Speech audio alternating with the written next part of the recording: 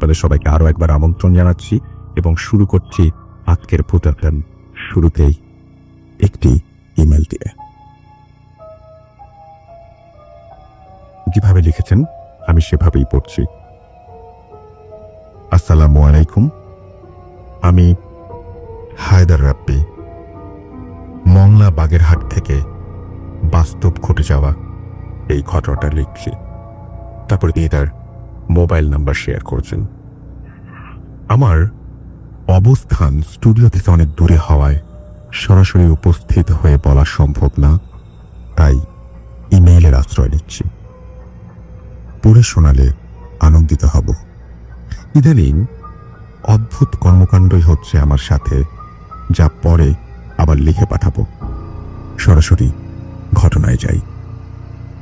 Tuition জীবনের সাথে কিভাবে যেন মিলেমিশে একাকার হয়ে গিয়েছে। স্টুডেন্টদের স্কুল টাইম শেষ হওয়ার সাথে সাথেই আমার টাইম শুরু হয়। 5টা টিউশন করাই। বিকাল 3টা থেকে রাত 10টা, 10:30 পর্যন্ত চলতেই থাকে। ক্লাস 8-এর একটা, 9-এর সায়েন্সের 2টা, এসএসটি ক্যান্ডিডেট সায়েন্সের 2টা।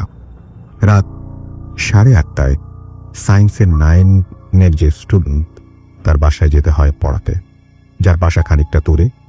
যাওয়ার পথে পিচি ঢালা রাস্তা শেষ করে শুরু হয় ইটের রাস্তা, যার অপোজিট সাইডে বিশাল এক নিঝুম দিঘি। এই রাস্তাটা দিয়ে গেলে দ্রুত যাওয়া যায়, তাই এটা দিয়েই যাই। এটা ছাড়া আরো 2-3টা রাস্তা সেটাও যাওয়া যায়, কিন্তু মজার ব্যাপার হলো এই রাস্তাটাই সবচেয়ে ভয়ঙ্কর। কেউ সন্ধ্যার পরে এখান দিয়ে যাওয়া আসা করে না। কিন্তু আমার ভূত বা প্রেতাত্মা বা সামথিং এলস, এগুলোতে কোনো বিশ্বাস নেই। জিনপরির অস্তিত্ব আমি স্বীকার করলেও এসব মানি না। মংলা পৌরসভাটা উন্নত গ্রাম্য না বললেই চলে। অনেক ভৌতিক কার্যকলাপ ছিল, যা মা খালাদের মুখে শুনেছি। আমি পার্সোনালি ভূতের এক্সপিরিয়েন্সের শখও করেছি। উল্লেখ্য, আমি ক্লাস 3 থেকে অনার্স লাইফে টিচিংয়ের 3-4টা বছর চট্টগ্রামে শেষ করেছি। মংলায় এসেছি মাত্র 3-4 মাস। মূল ঘটনায় যাই। যে নিঝুম রাতের কথাটা বললাম, সেখানে সর্বমোট 3টা মোড় আছে। দ্বিতীয় মোড়ের ল্যাম্পপোস্টটায় বাতি প্রতি রাতেই নিভে, জলে জলে নিভে। আমি প্রতিদিন যাওয়ার সময় ভাবি, এটা কেউ কেন ঠিক করে না? ওটা শেষ করে মোড়টা ঘুরলেই যে রাস্তাটা আসে, তা সম্পূর্ণ নিভৃত, নীরব, অন্ধকারাচ্ছন্ন। এক পাশে দেয়াল, অন্য পাশে নিশ্চুপ বাড়ির ব্যাক সাইড। গত 3-4 দিন ধরেই বৃষ্টি হওয়ায় রাস্তায় পানিও জমেছে। গত রাতে যাওয়ার সময় ভাবছি, লাইটটা ঠিক করলে কেমন হয়। সাথে সাথে মাথায় আসলো, নাই টেস্টার, নাই টেপ, কিভাবে ঠিক করব? তাও দেয়ালটায় হাত দিয়ে দেয়ালের ওপরে ওঠার চেষ্টা চালালাম, কিন্তু আশ্চর্যজনক বিষয়, তখনই লাইটটা একদম নিভে গেল। ব্যাপারটা বুঝলাম না। আমি ঝটকা খেয়ে নেমে দাঁড়ালাম। পদার্থবিজ্ঞানের কোনো থিওরির সাথেই এটা চায় না। আর আমি ইট স্পর্শের সাথে সাথেই লাইটটা জ্বলে উঠল। আমি প্রশান্তির নিঃশ্বাস ছেড়ে আবার হাঁটা শুরু করলাম। যেহেতু আমার ফিরতে 5:30টারও বেশি হয়, তাই অপেক্ষাকৃতভাবে রাস্তার আরো বেশি অজানা আর নিভৃত মনে হয়। তাও আয়াতুল কুরসি, সূরা নাস, সূরা ফালাক তেলাওয়াত করে মনে মনে বিভিন্ন দোয়া দুরূদ পাঠ করতে করতে মোবাইলের ফ্ল্যাশ অন করে হেঁটে আসি। কারণ নিজের উপার্জিত অর্থে যদি ভালো থাকতে পারি, সেটাই সর্বোত্তম। আজও সেই একই রাস্তা দিয়ে সেই স্টুডেন্ট শুভকে পড়াতে যাচ্ছি। সারাটা দিনই বাজেভাবে কাটলো।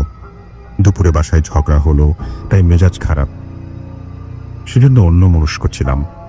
অন্যদিন শুভর বাসায় পৌঁছাতে 10-12 মিনিট লাগে। আজ সেখানে 19 মিনিটেও পৌঁছালাম না। সেই ল্যাম্পপোস্টের নিচে এসে দাঁড়ালাম। আজ বাতিটা একদমই চলছে না। রোড লাইট, তার উপর এডুকেটেড এরিয়ার, তাছাড়াও অন্য সবগুলো জ্বলছে, কিন্তু ওটা চলছে না কেন? খটকা লাগলো।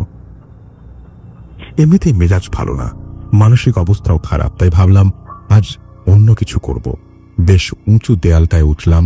ল্যাম্পপোস্টার সমস্যা জানার প্রচেষ্টায় উঠেই দেয়ালের অন্য পাশে দেখলাম এত অন্ধকার মেবি আগে কখনো দেখিনি। একটা দোতলায় বাড়ির বাতি জ্বলছে, সেটা স্পষ্ট হয়ে ফুটে উঠছে, কিন্তু চারপাশে দেখে মনে হচ্ছে এটা পরিত্যক্ত। কিন্তু এটাও ভাবছি যে পরিত্যক্ত বাড়িতে লাইট জ্বালাবে কে? তাই সিওরিটি পেলাম না বাড়িতে কার বসবাস। একবার ভেবেছিলাম লাফ দিয়ে নামবো, ফের ভাবলাম চোর ভেবে যদি কেউ মার দেয়, তাই দেয়াল থেকে নেমে গেলাম। আমি যেই ইটের রাস্তায় নামলাম সেই আপনা আপনি বাতিটা জ্বলে উঠল। ব্যাপারটা বিস্ময়কর, ভয় পাচ্ছিলাম না, বাট যথেষ্ট কৌতূহলী হয়ে উঠলাম। তাই ভাবলাম আজ গিয়ে শুভকে জিজ্ঞেস করব। 3-4 মিনিট হেঁটে শুভদের বাসায় পৌঁছালাম।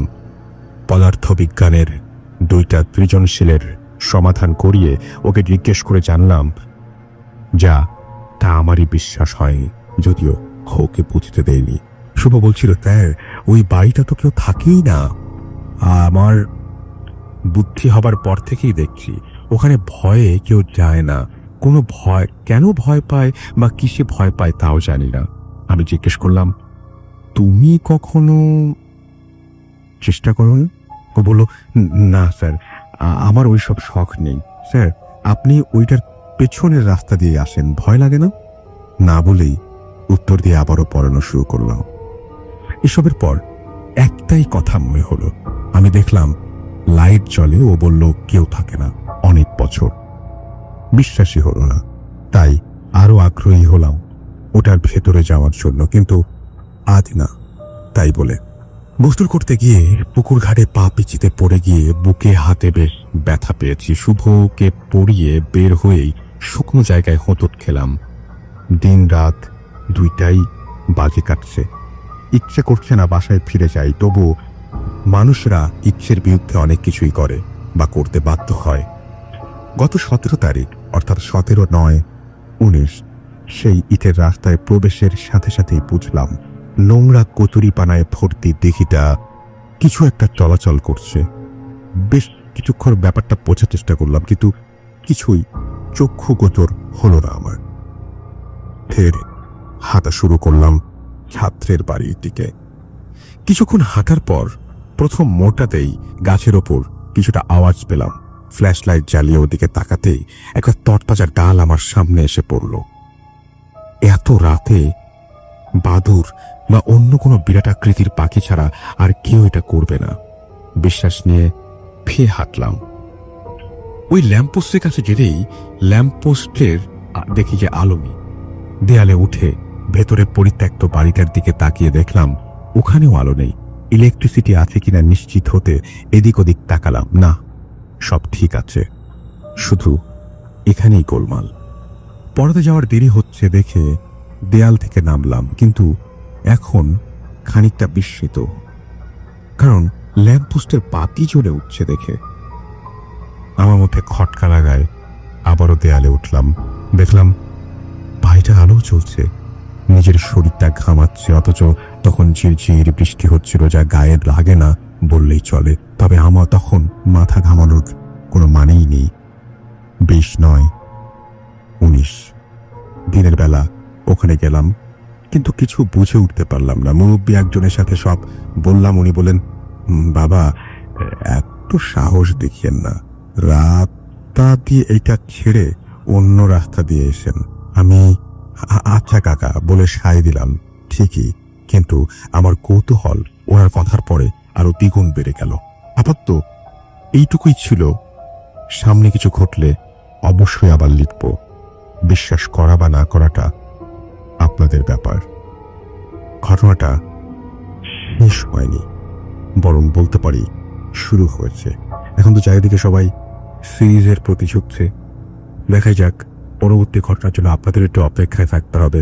সুতরাং এই ঘটনাটা আমি পড়লাম এই জন্যই যে এই ঘটনার পরের অংশটুকু জানার জন্য আপনারা অপেক্ষায় থাকবেন।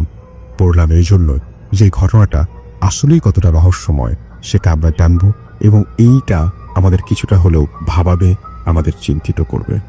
যাই হোক, আমরা চলে যাব আমাদের প্রথম স্টোরিতে, এবং এইটা 4 জানুয়ারিতে স্টোরিটা আমরা শুনেছিলাম।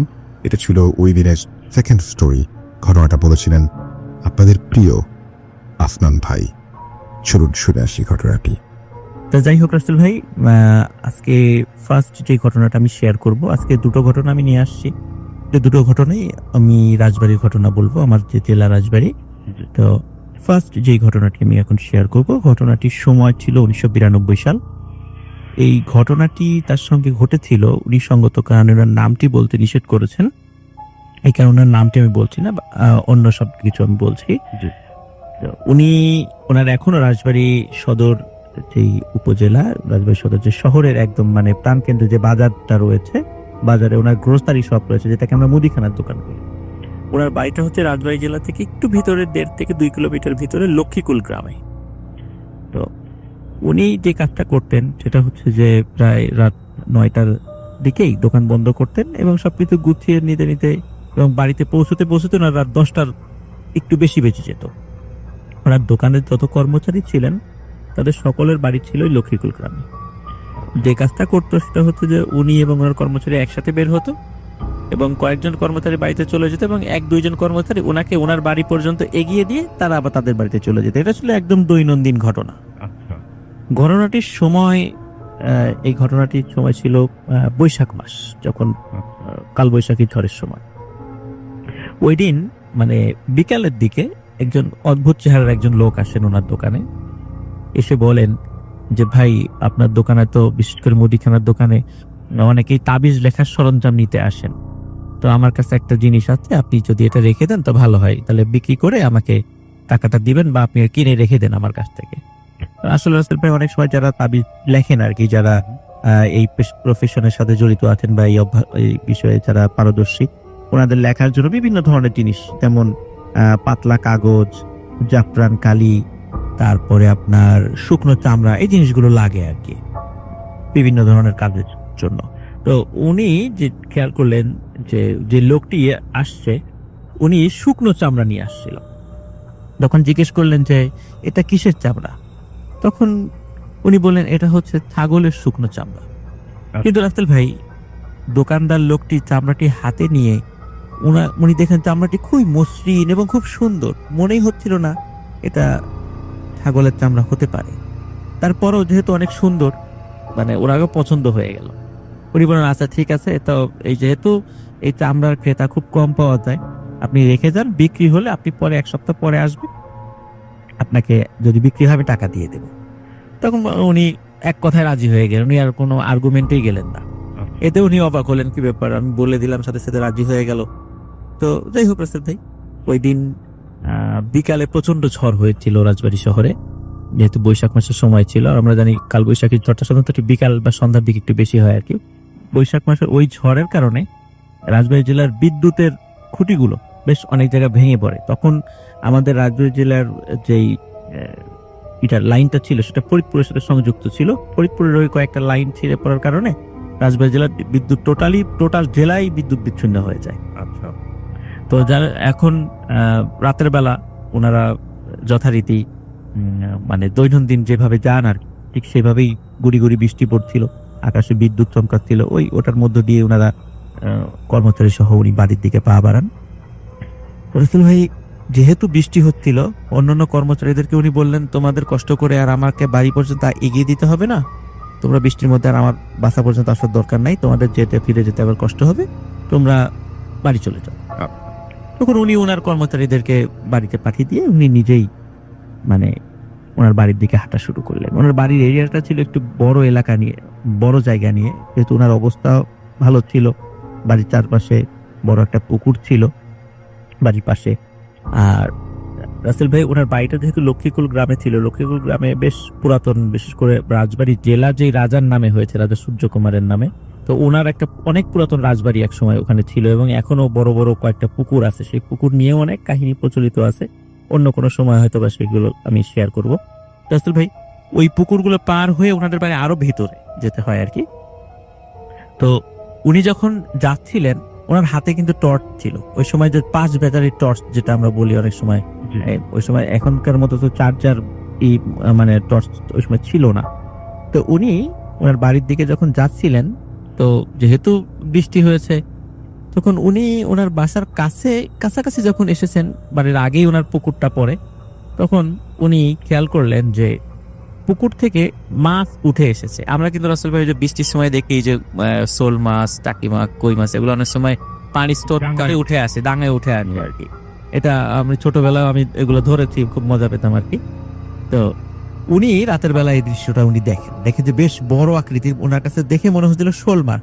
উনি আবার কি করলেন, টর্চ লাইটটা জ্বালানোর চেষ্টা করেন। তো অদ্ভুত ব্যাপার রাসেল ভাই, ওনার টর্চ লাইটে ব্যাটারিগুলো ছিল, সবগুলো ব্যাটারি চার্জ ছিল, কিন্তু ওনার টর্চ লাইটটা কোনো একটা কারণে জ্বলছিল না। ওই মোমেন্টে জ্বলছিল না। তো উনি চিন্তা করলেন যে কি ব্যাপার, জ্বলছে না কেন, কোনো একটা সমস্যা হতেই পারে।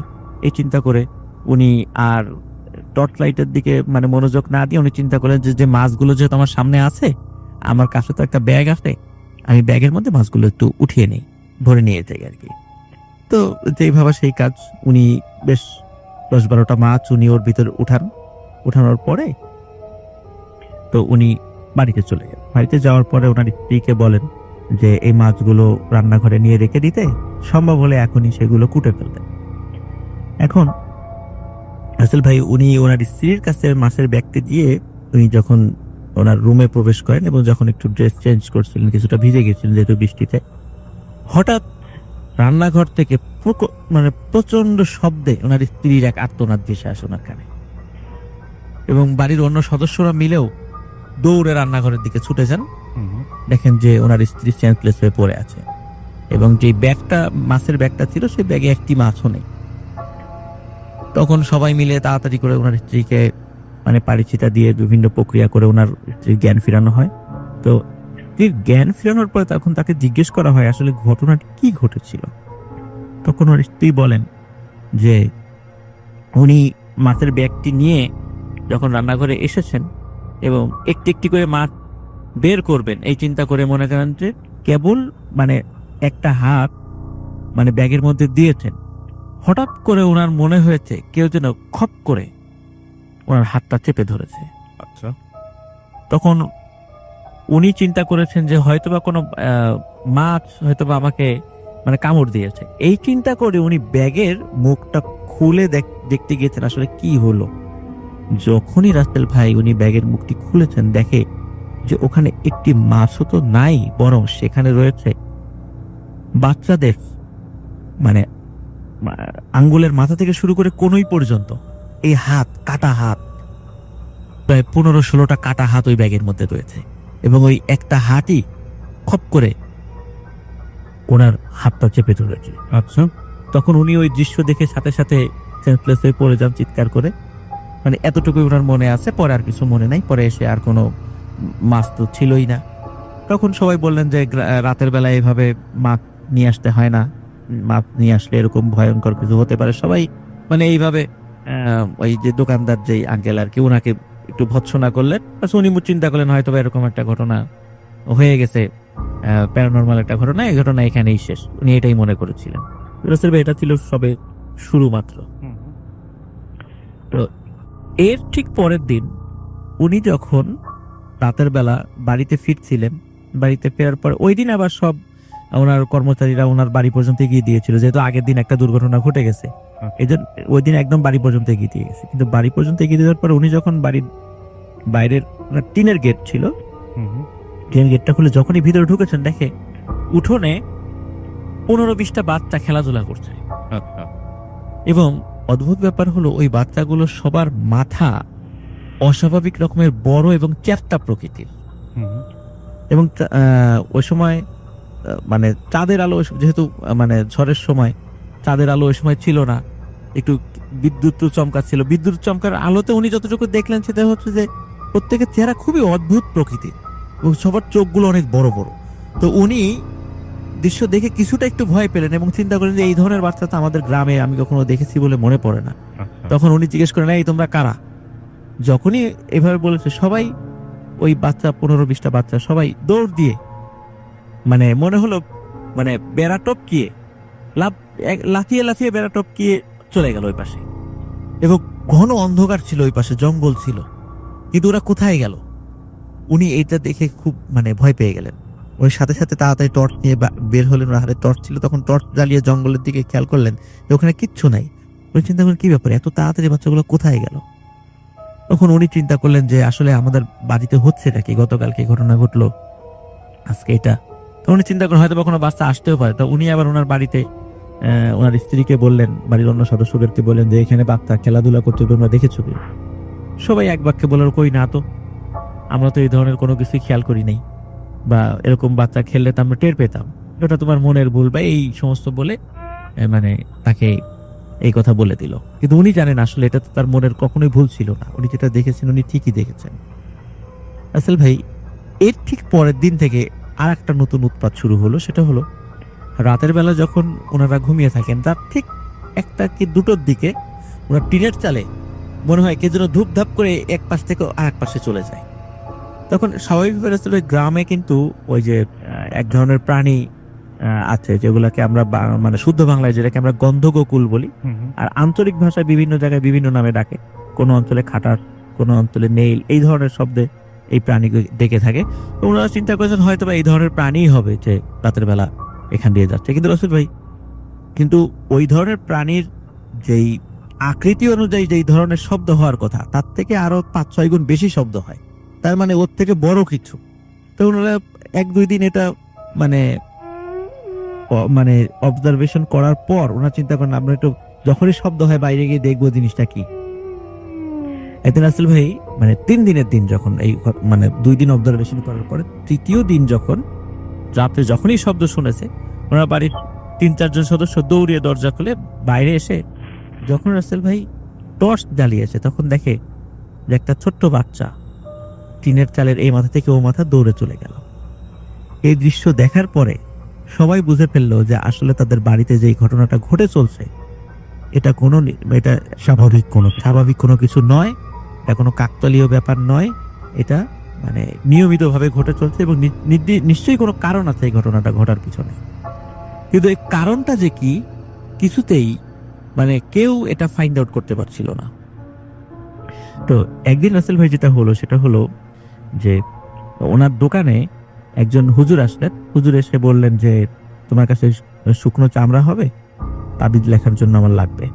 তখন উনি চিন্তা করলেন যাকে কয়েকদিন পরে তোমার কাস্টমার পাওয়া গেছে, তো ওনাকে বলেন হ্যাঁ আছে, খুব ভালো চামড়া আছে। তখন তাকে উনি ওইটা দেন এবং হুজুর ওটা নিয়ে বেশ খানিকক্ষণ মানে হাতে নাড়াচাড়া করেন, বলেন যে এটা কিসের চামড়া?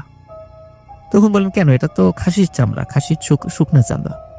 তখন বলেন এটা খাসির চামড়া, আমি তো এর আগেও অনেক চামড়ায় আমি তাবিজ লিখেছি, কই এরকম এত সুন্দর মসৃণ তো খাসির চামড়া আমি তো কখনো পাইনি।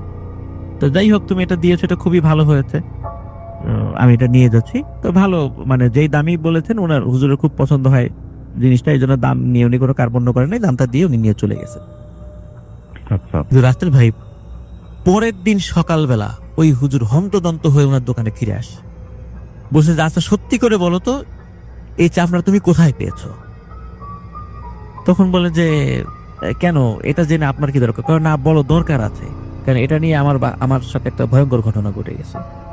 তখন বলে কি ঘটেছে? তখন বলে যে রাত্রে উনি যখন ওই চামড়ার উপরে মানে তাবিজ লেখা শুরু করেছেন, উনি মানে ফিল করছিলেন যে ওনার আশেপাশে মানে মনে হচ্ছে অনেক কেউ দৌড়াদৌড়ি করছে, ছোট বাচ্চা দৌড়ালে যেরকম শব্দ এরকম কেউ দৌড়াদৌড়ি করছে।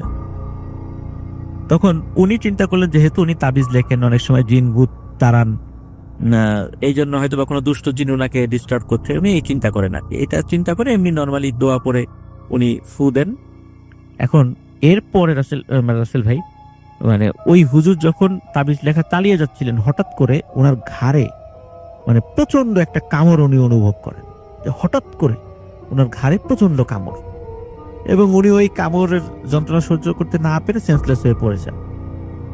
পরবর্তী সময় ওনার যখন ঘুম ভাঙে তখন ওনার ঘাড়ে ওই যখন দাগটা উনি আয়নায় দেখেন এবং পরিবারের অন্য সদস্যরা যখন দেখেন তখন মনে হচ্ছিল ছোট বাচ্চা কামড় দিলে যেরকম দাগ হয়ে যায় ওই রকম ছোট দাঁতের কামড় সেগুলো। এবং এর কারণে উনি পরবর্তীতে হন্তদন্ত ফিরে আসেন যে আমার কখনো এরকম ঘটনা ঘটে নাই, আজকে তোমার এই আমরা লেখার সময় কেন এই ধরনের ঘটনাগুলো, সত্যি করে বলো এটা আমরা তুমি কোথায় পেয়েছ? তখন উনি বলেন যে সব খুলে বলেন যে এরকম একজন লোক আসছিল, উনি সেটা দিয়ে গেছেন, এর বাইরে আমি আর কোনো কিছু বলতে পারবো না, কিন্তু চামড়াটা রাখার পরে আমার ফ্যামিলিতেও এই ধরনের ঘটনা ঘটছিল। আচ্ছা। তখন ওই হুজুর বলেন যে এই চামড়া তুমি এক্ষুনি দোকান থেকে সরিয়ে ফেলো এবং এটি নদীতে গিয়ে ফেলে দাও। আসলে ভাই আমাদের রাজবাড়ী শহর থেকে 1 থেকে 1.5 কিলোমিটার দূরে পদ্মা নদী রয়েছে। তখন উনি যেটা করেন, উনি ওই হুজুরের কথা শুনে ওই চামড়াটি উনি নদীতে গিয়ে ফেলে দেন। তো ফেলে দেওয়ার পরে আসলে ভাই আরেকটা কথা আমি বলতে ভুলে গেছি, সেটা হচ্ছে যে ওই চামড়াটা রাখার পরে ওনার দোকানের বেচা কেনা অস্বাভাবিক রকমের কমে গিয়েছিল। আচ্ছা। মানে ওনার দোকানে দেখে কোনো মানে রেগুলার যারা কাস্টমার তারাও অন্য দোকান থেকে মাল কিনছে, কিন্তু ওনার দোকানে কেন জানে আসছে না। তো উনি খুব অবাক হচ্ছিলেন, কি ব্যাপার, মানে আমার দোকানে কেউ আসছে না কেন? তো এটা উনি একটু সন্দেহের মধ্যে ছিলেন যে কেন আমার দোকানে লোক হচ্ছে না কেন। তো যাই হোক, কি ভাই উনি যখন চামড়াটি ফেলে দিলেন, এরপর থেকে ওনার বাড়িতে এই যে এই চালের উপর যে শব্দ বা এই ধরনের কোনো প্যারানরমাল বিষয়গুলো বন্ধ হয়ে যায়। তো উনি চিন্তা করেন যাক ঝামেলা গেছে, আপদ বিদায় হয়েছে। তো আসলে ভাই এই ঘটনার সপ্তাহখানেক পর উনি যখন রাতের বেলা ওনার বাড়িতে আবার ফিরছিলেন, হঠাৎ ওনার গেটের কাছে উনি দেখেন যে চাদরে মাথা ঢাকা এবং সারা শরীর মোড়ানো একজন ব্যক্তি দাঁড়িয়ে আছে। তখন উনি বলেন কে? যখনই কে বলে তখন ওই লোকটি দৌড়ে চলে যায় জঙ্গলের দিকে।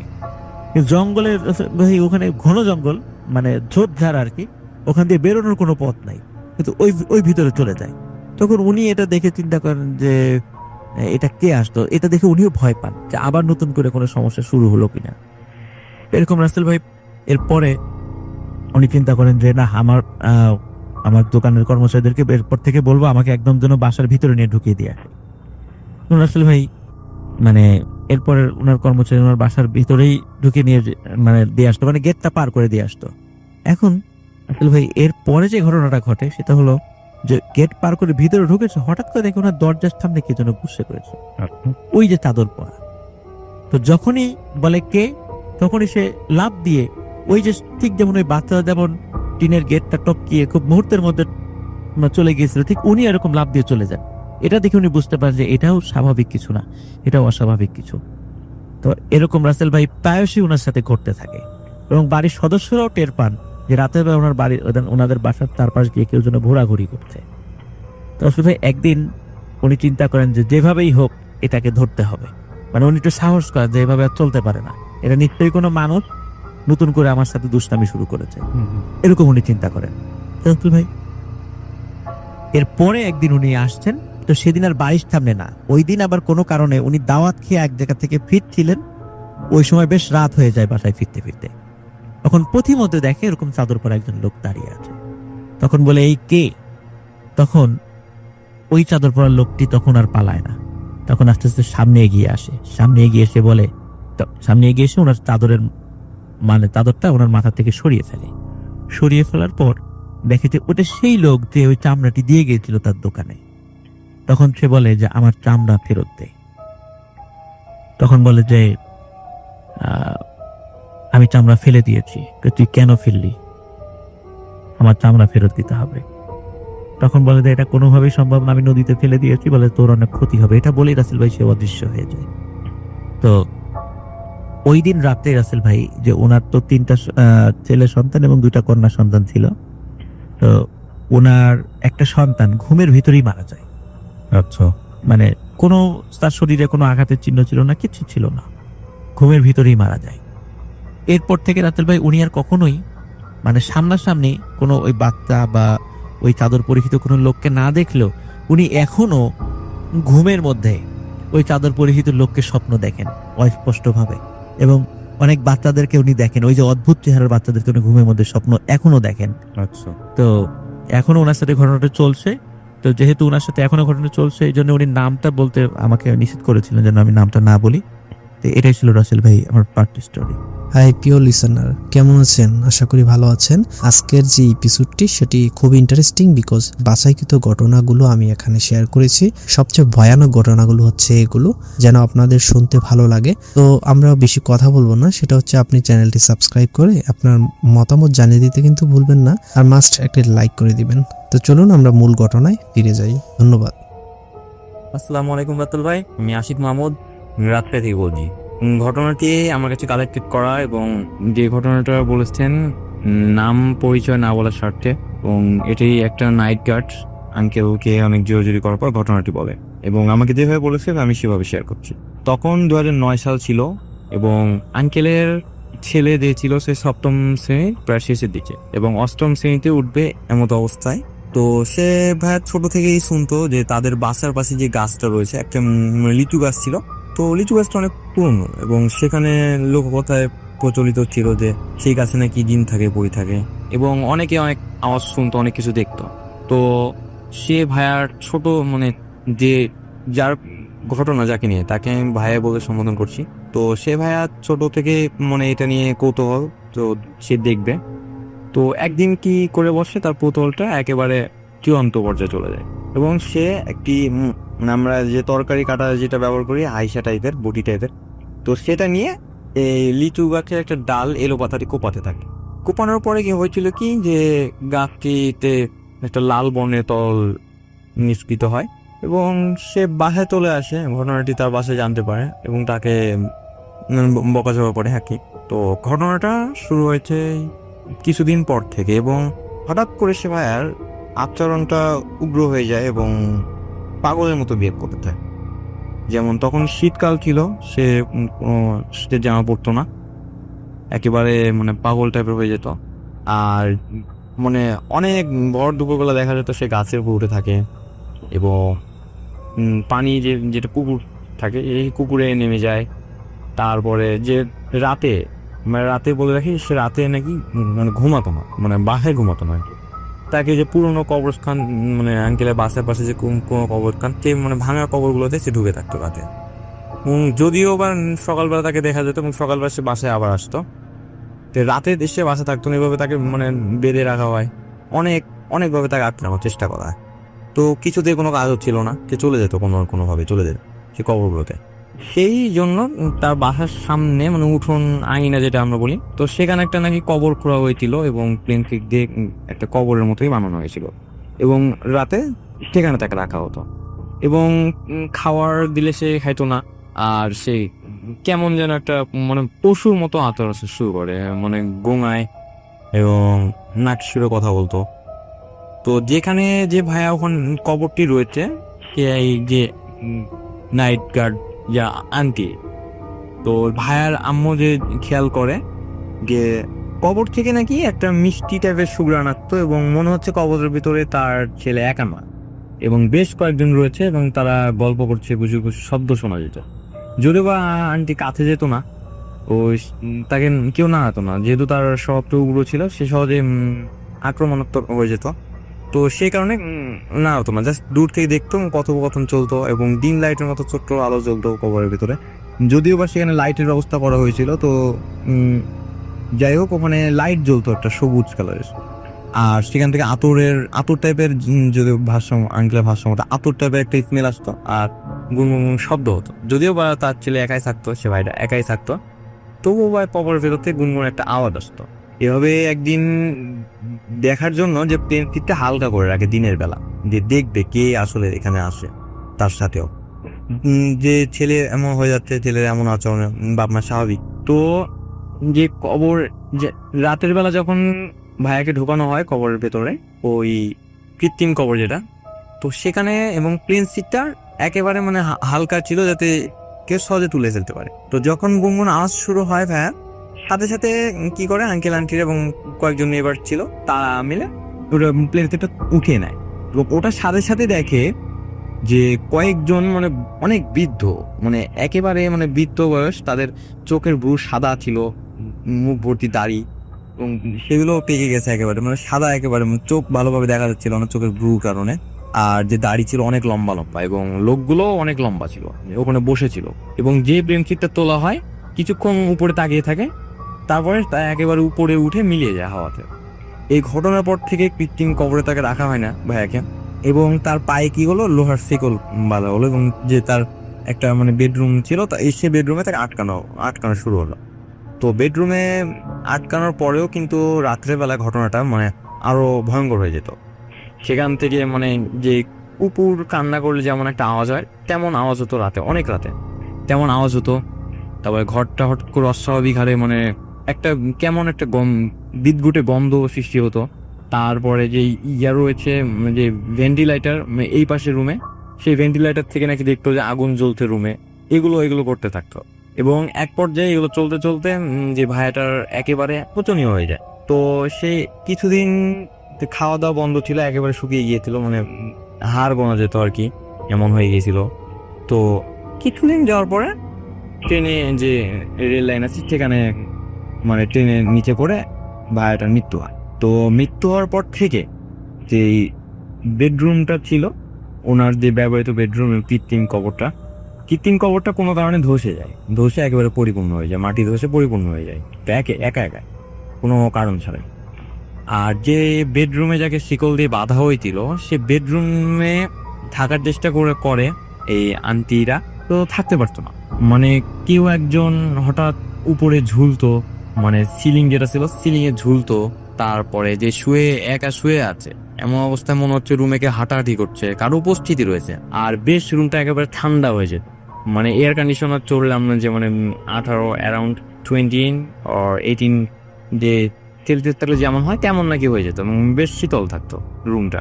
আর জানালাগুলো খোলা হতো না যেহেতু, তো সে রুমটা শীতল হয়ে যেত। তা দিয়ে জানালা খোলা হয় না, বা একটু রুমটা ছায়াতে হওয়ার কারণে হয়তো একটু ঠান্ডা। আর উপস্থিতিগুলো তো এভাবে সন্দেহ করে মিলাদ পড়ানো হয়।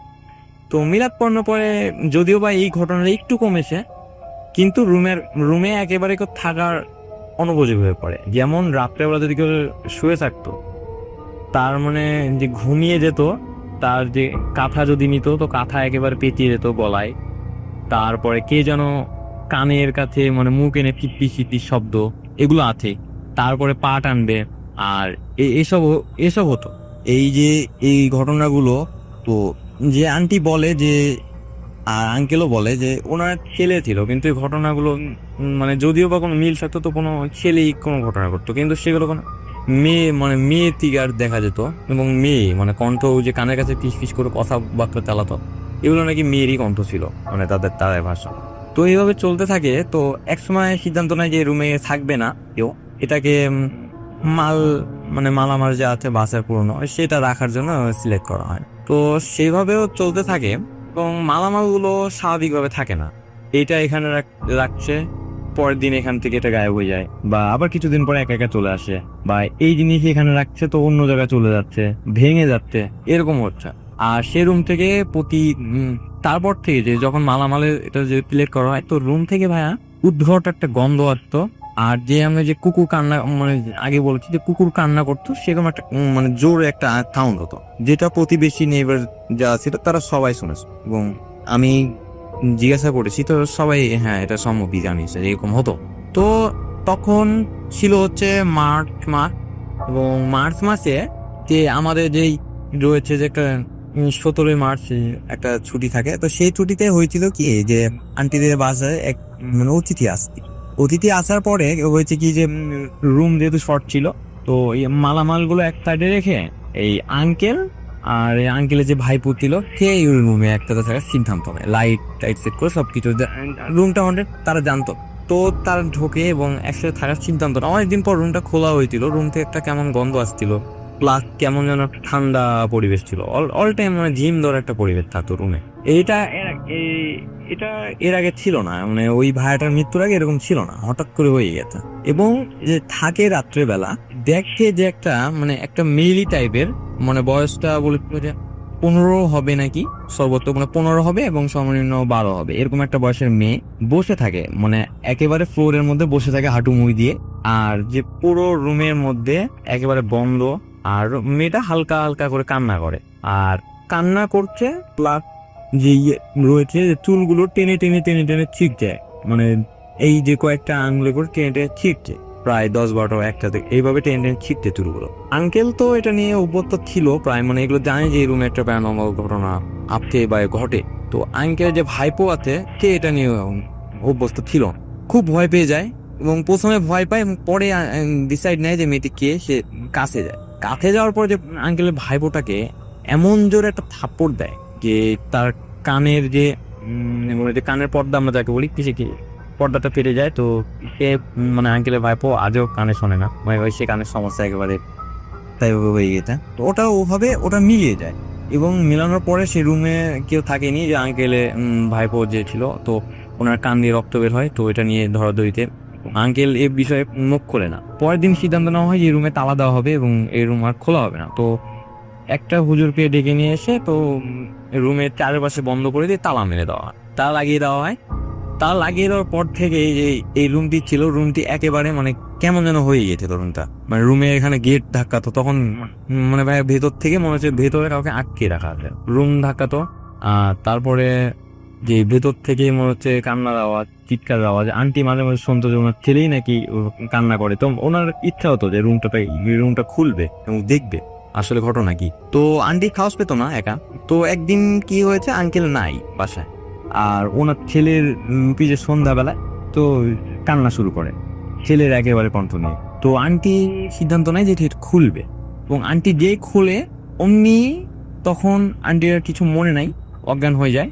তারপর থেকেই শুরু হয় যে রুমের কোনো সমস্যা হতো না, রুমে থেকে আর কোনো আওয়াজ আসতো না। তো বাইরে ওটা শক্তিটা যাই ছিল তো সেটা বাইরে চলে আসে। বাইরে চলে আসার পর থেকে মানুষজন দেখতে থাকে এই যে ভাইয়াটা যে ট্রেনে কাটা পড়েছিল তাকে দেখতে থাকে এখানে ওখানে, মানে যেখানে যায় তাকে নাকি দেখতে পায়। এবং দেখার পরে যে ওই যে লিচু গাছ যেটা বলেছিলাম, তো সেই লিচু গাছের নিচেও নাকি বসে থাকতো প্রায় ভর দুপুরে।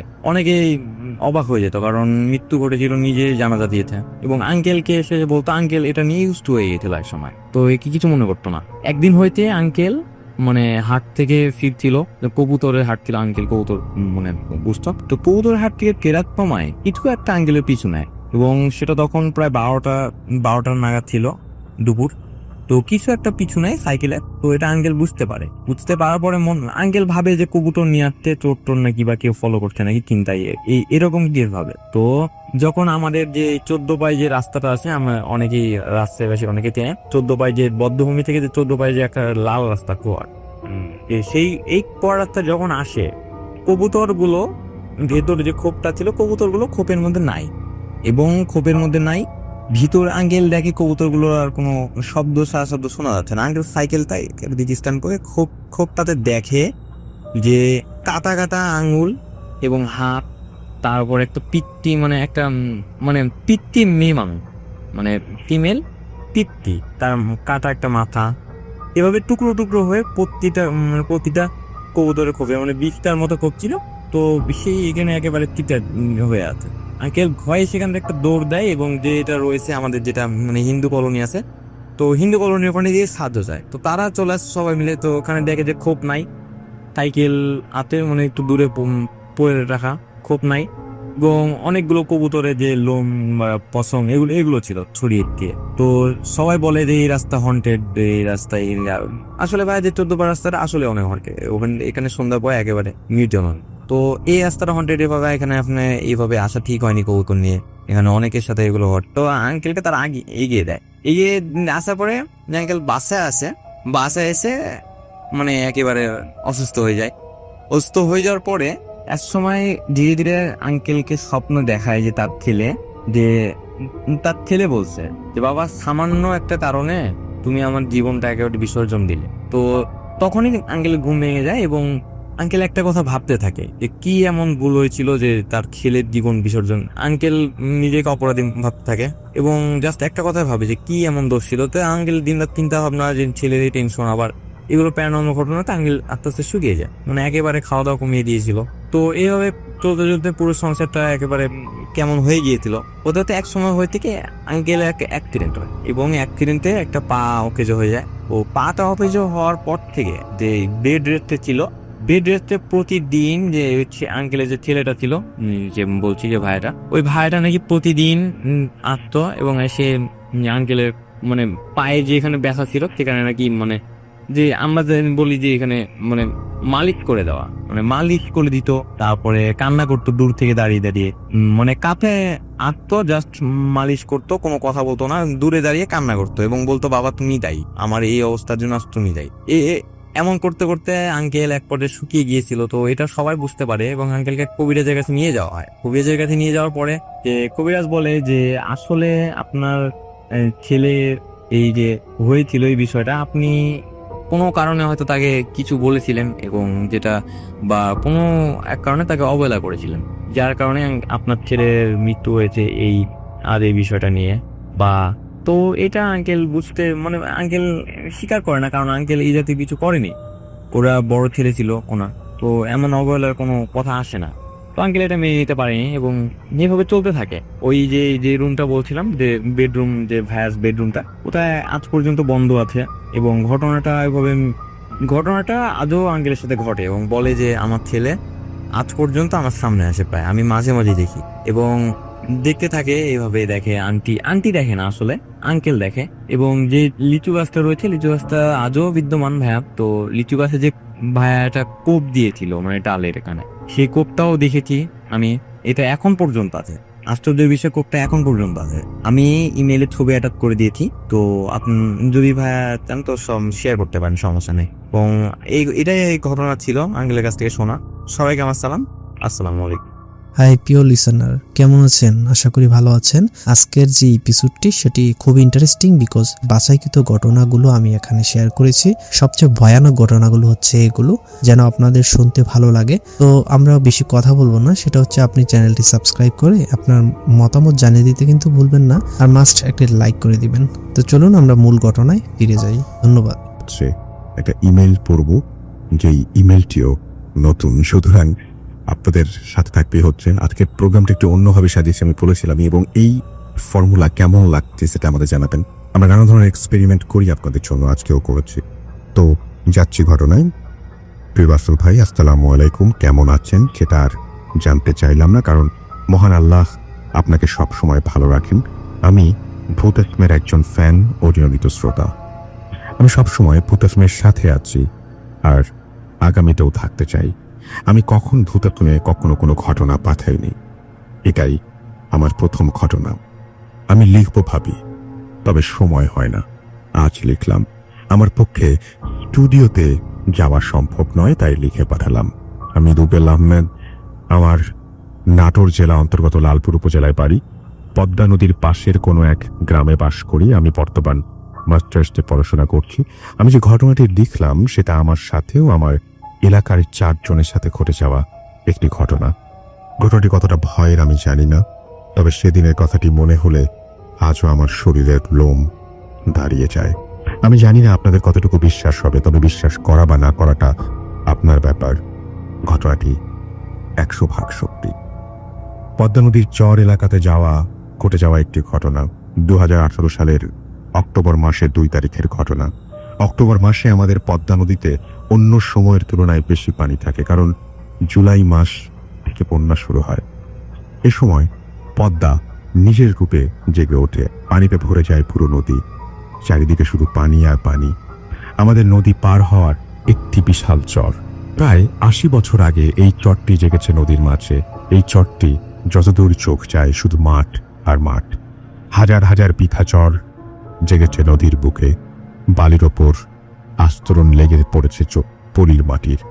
এখানে চাষাবাদ হয় আখ, চারিদিকে আখ আর আখ, পেয়ারা বাগান ও বিভিন্ন বনজ গাছ, চারিদিকে ঝোপঝাড়। এরপর আবার নদী। নদীর মাঝে যেন একটা দ্বীপ। আর ঘটনাটি এখানকার। এবার আসল ঘটনায় যাওয়া যাক। আমাদের নদীর পাড়ে একটি ইট ভাটা আছে, সেখানে একটি ফুটবল খেলার মাঠ আছে, যেখানে প্রতিদিন আমরা ফুটবল খেলি। প্রতিদিন সন্ধ্যার আজানের সময় আমরা খেলা শেষ করি, এরপর সবাই বাড়িতে যাই। নদীর পাড়ে কোনো বাড়িঘর নেই কেমন। প্রতিদিনের মতো খেলা শেষ করে বাড়ি যাব। হঠাৎ এক ভাই বলল, চল নদীর পাড়ে গিয়ে বসি। আমরা 5 জন নদীর পাড়ে গিয়ে বসলাম। দেখলাম নদীর পাড়ে একটি ছোট নৌকা বাঁধা। এই নৌকা ছাড়া আর কোনো নৌকা নেই সেখানে। এই নৌকাটি দিনের বেলায় মাছ ধরতে যায় এক জেলে। আর তাই নৌকাটি আমার এক ভাই বলল নদীর ওপারে গিয়ে পেয়ারা খেয়ে আসি। প্রথমে রাজি হলাম না, কারণ আমি তেমন সাঁতার জানি না আর বিষধর সাপের ভয় আছে। প্রথমে রাজি না হলেও 4 জন রাজি হয়, বাধ্য হয়ে আমিও রাজি হলাম। এবার এই ছোট নৌকা নিয়ে আমরা নদীর ওপারে যাওয়ার জন্য রওনা দিলাম। তখন সন্ধ্যা, চারিদিকে অন্ধকার নেমে আসছে। আমাদের সবাই নৌকা চালাতে পারি আমরা, কারণ আমরা নদীর পাশেই আমাদের বসবাস। প্রথমে আমাদের নৌকা ভালোই চলছিল।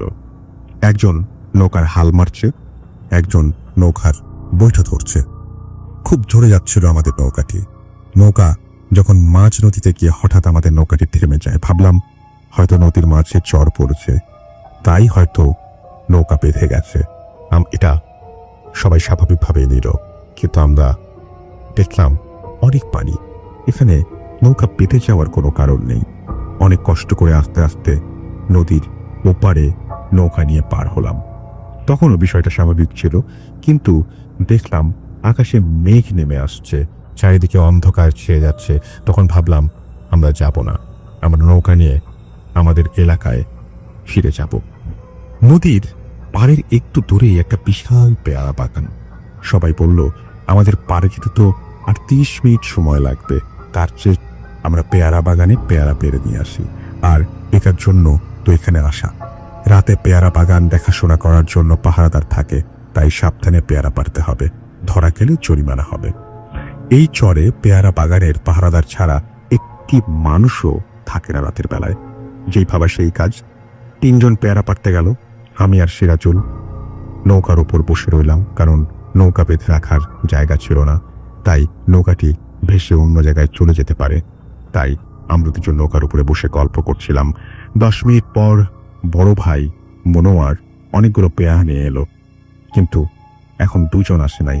অনেকক্ষণ পর একজন আসলো অনেকগুলো পেয়ারা নিয়ে, কিন্তু শুভ নামের এক ভাই আর এলো না।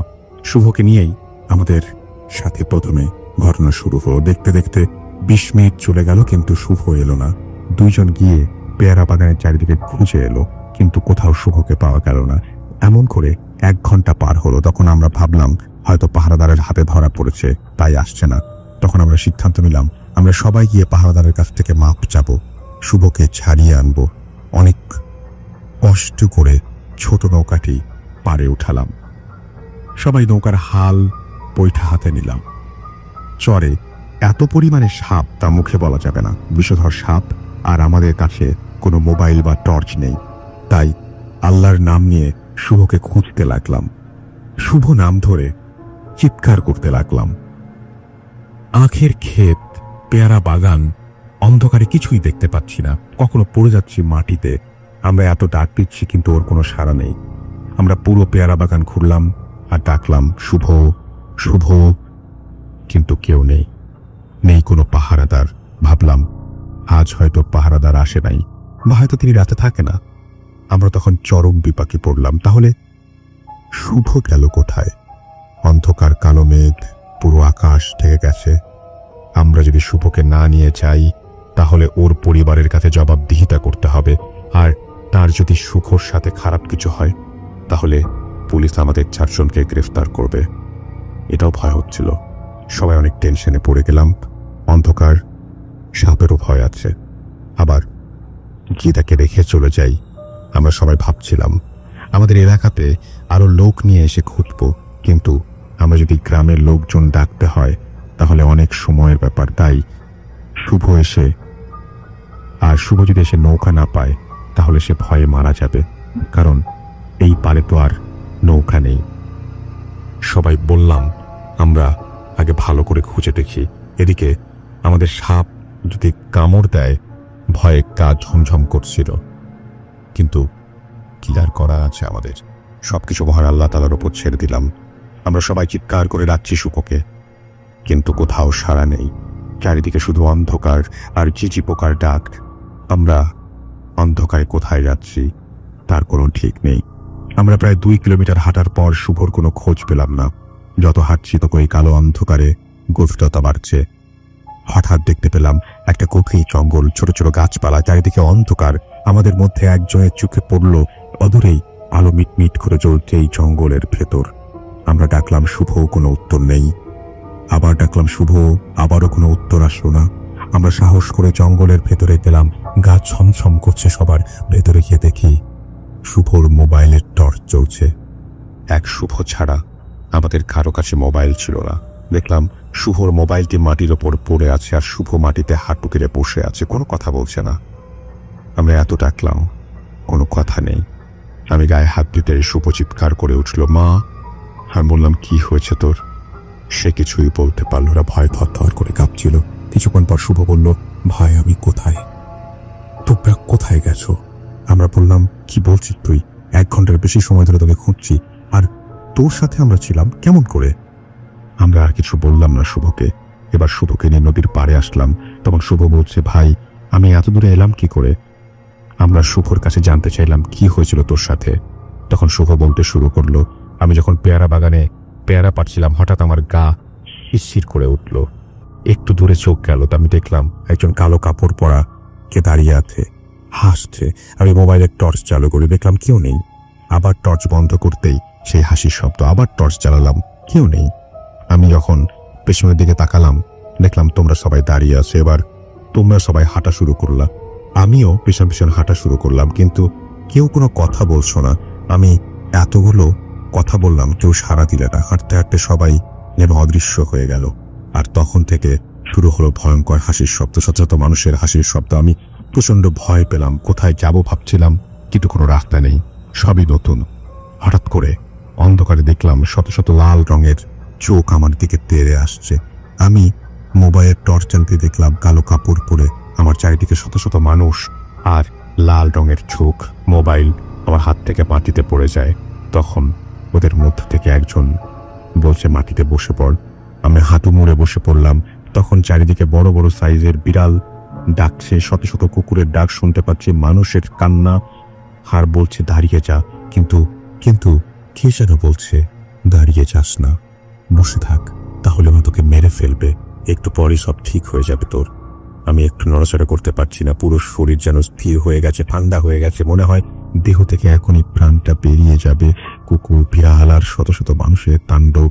এবার শুভ বলল, হঠাৎ দেখি তোমরা আমাকে ডাকছো, কিন্তু শত শত মানুষের কান্নার শব্দ। তোমাদের কারো কথা ভালো করে শুনতে পাচ্ছিলাম না, আর আমার মুখ দিয়েও কোনো শব্দ বের হচ্ছিল না।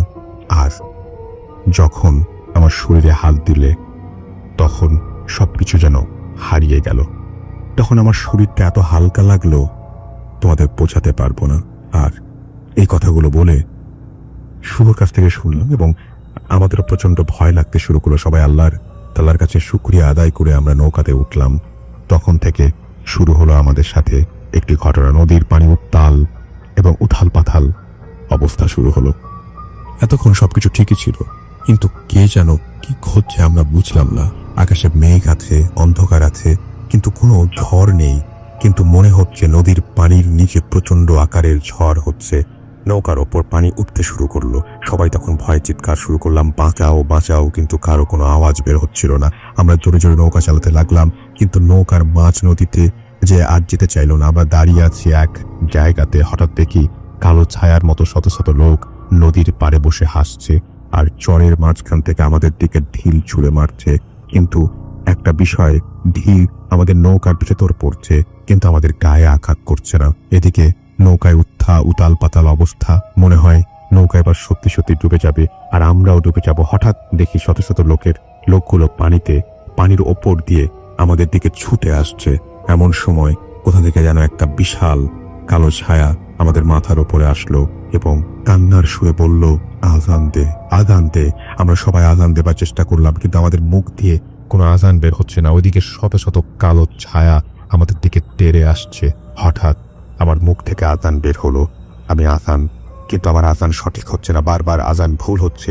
এবার হঠাৎ সঠিকভাবে আমি চিৎকার করে আজান দিচ্ছিলাম। কালো ছায়া এখনো আমার মাথার ওপরে। দেখলাম শত শত কালো ছায়া আমাদের চারিদিকে ঘিরে আছে। এবার সবকিছু স্বাভাবিক হতে শুরু করলো। ওই শত শত লোকগুলো এবার হাসছে না। এবার সবাই চিৎকার করে কান্না করছে আর আমি আজান দিয়ে যাচ্ছি।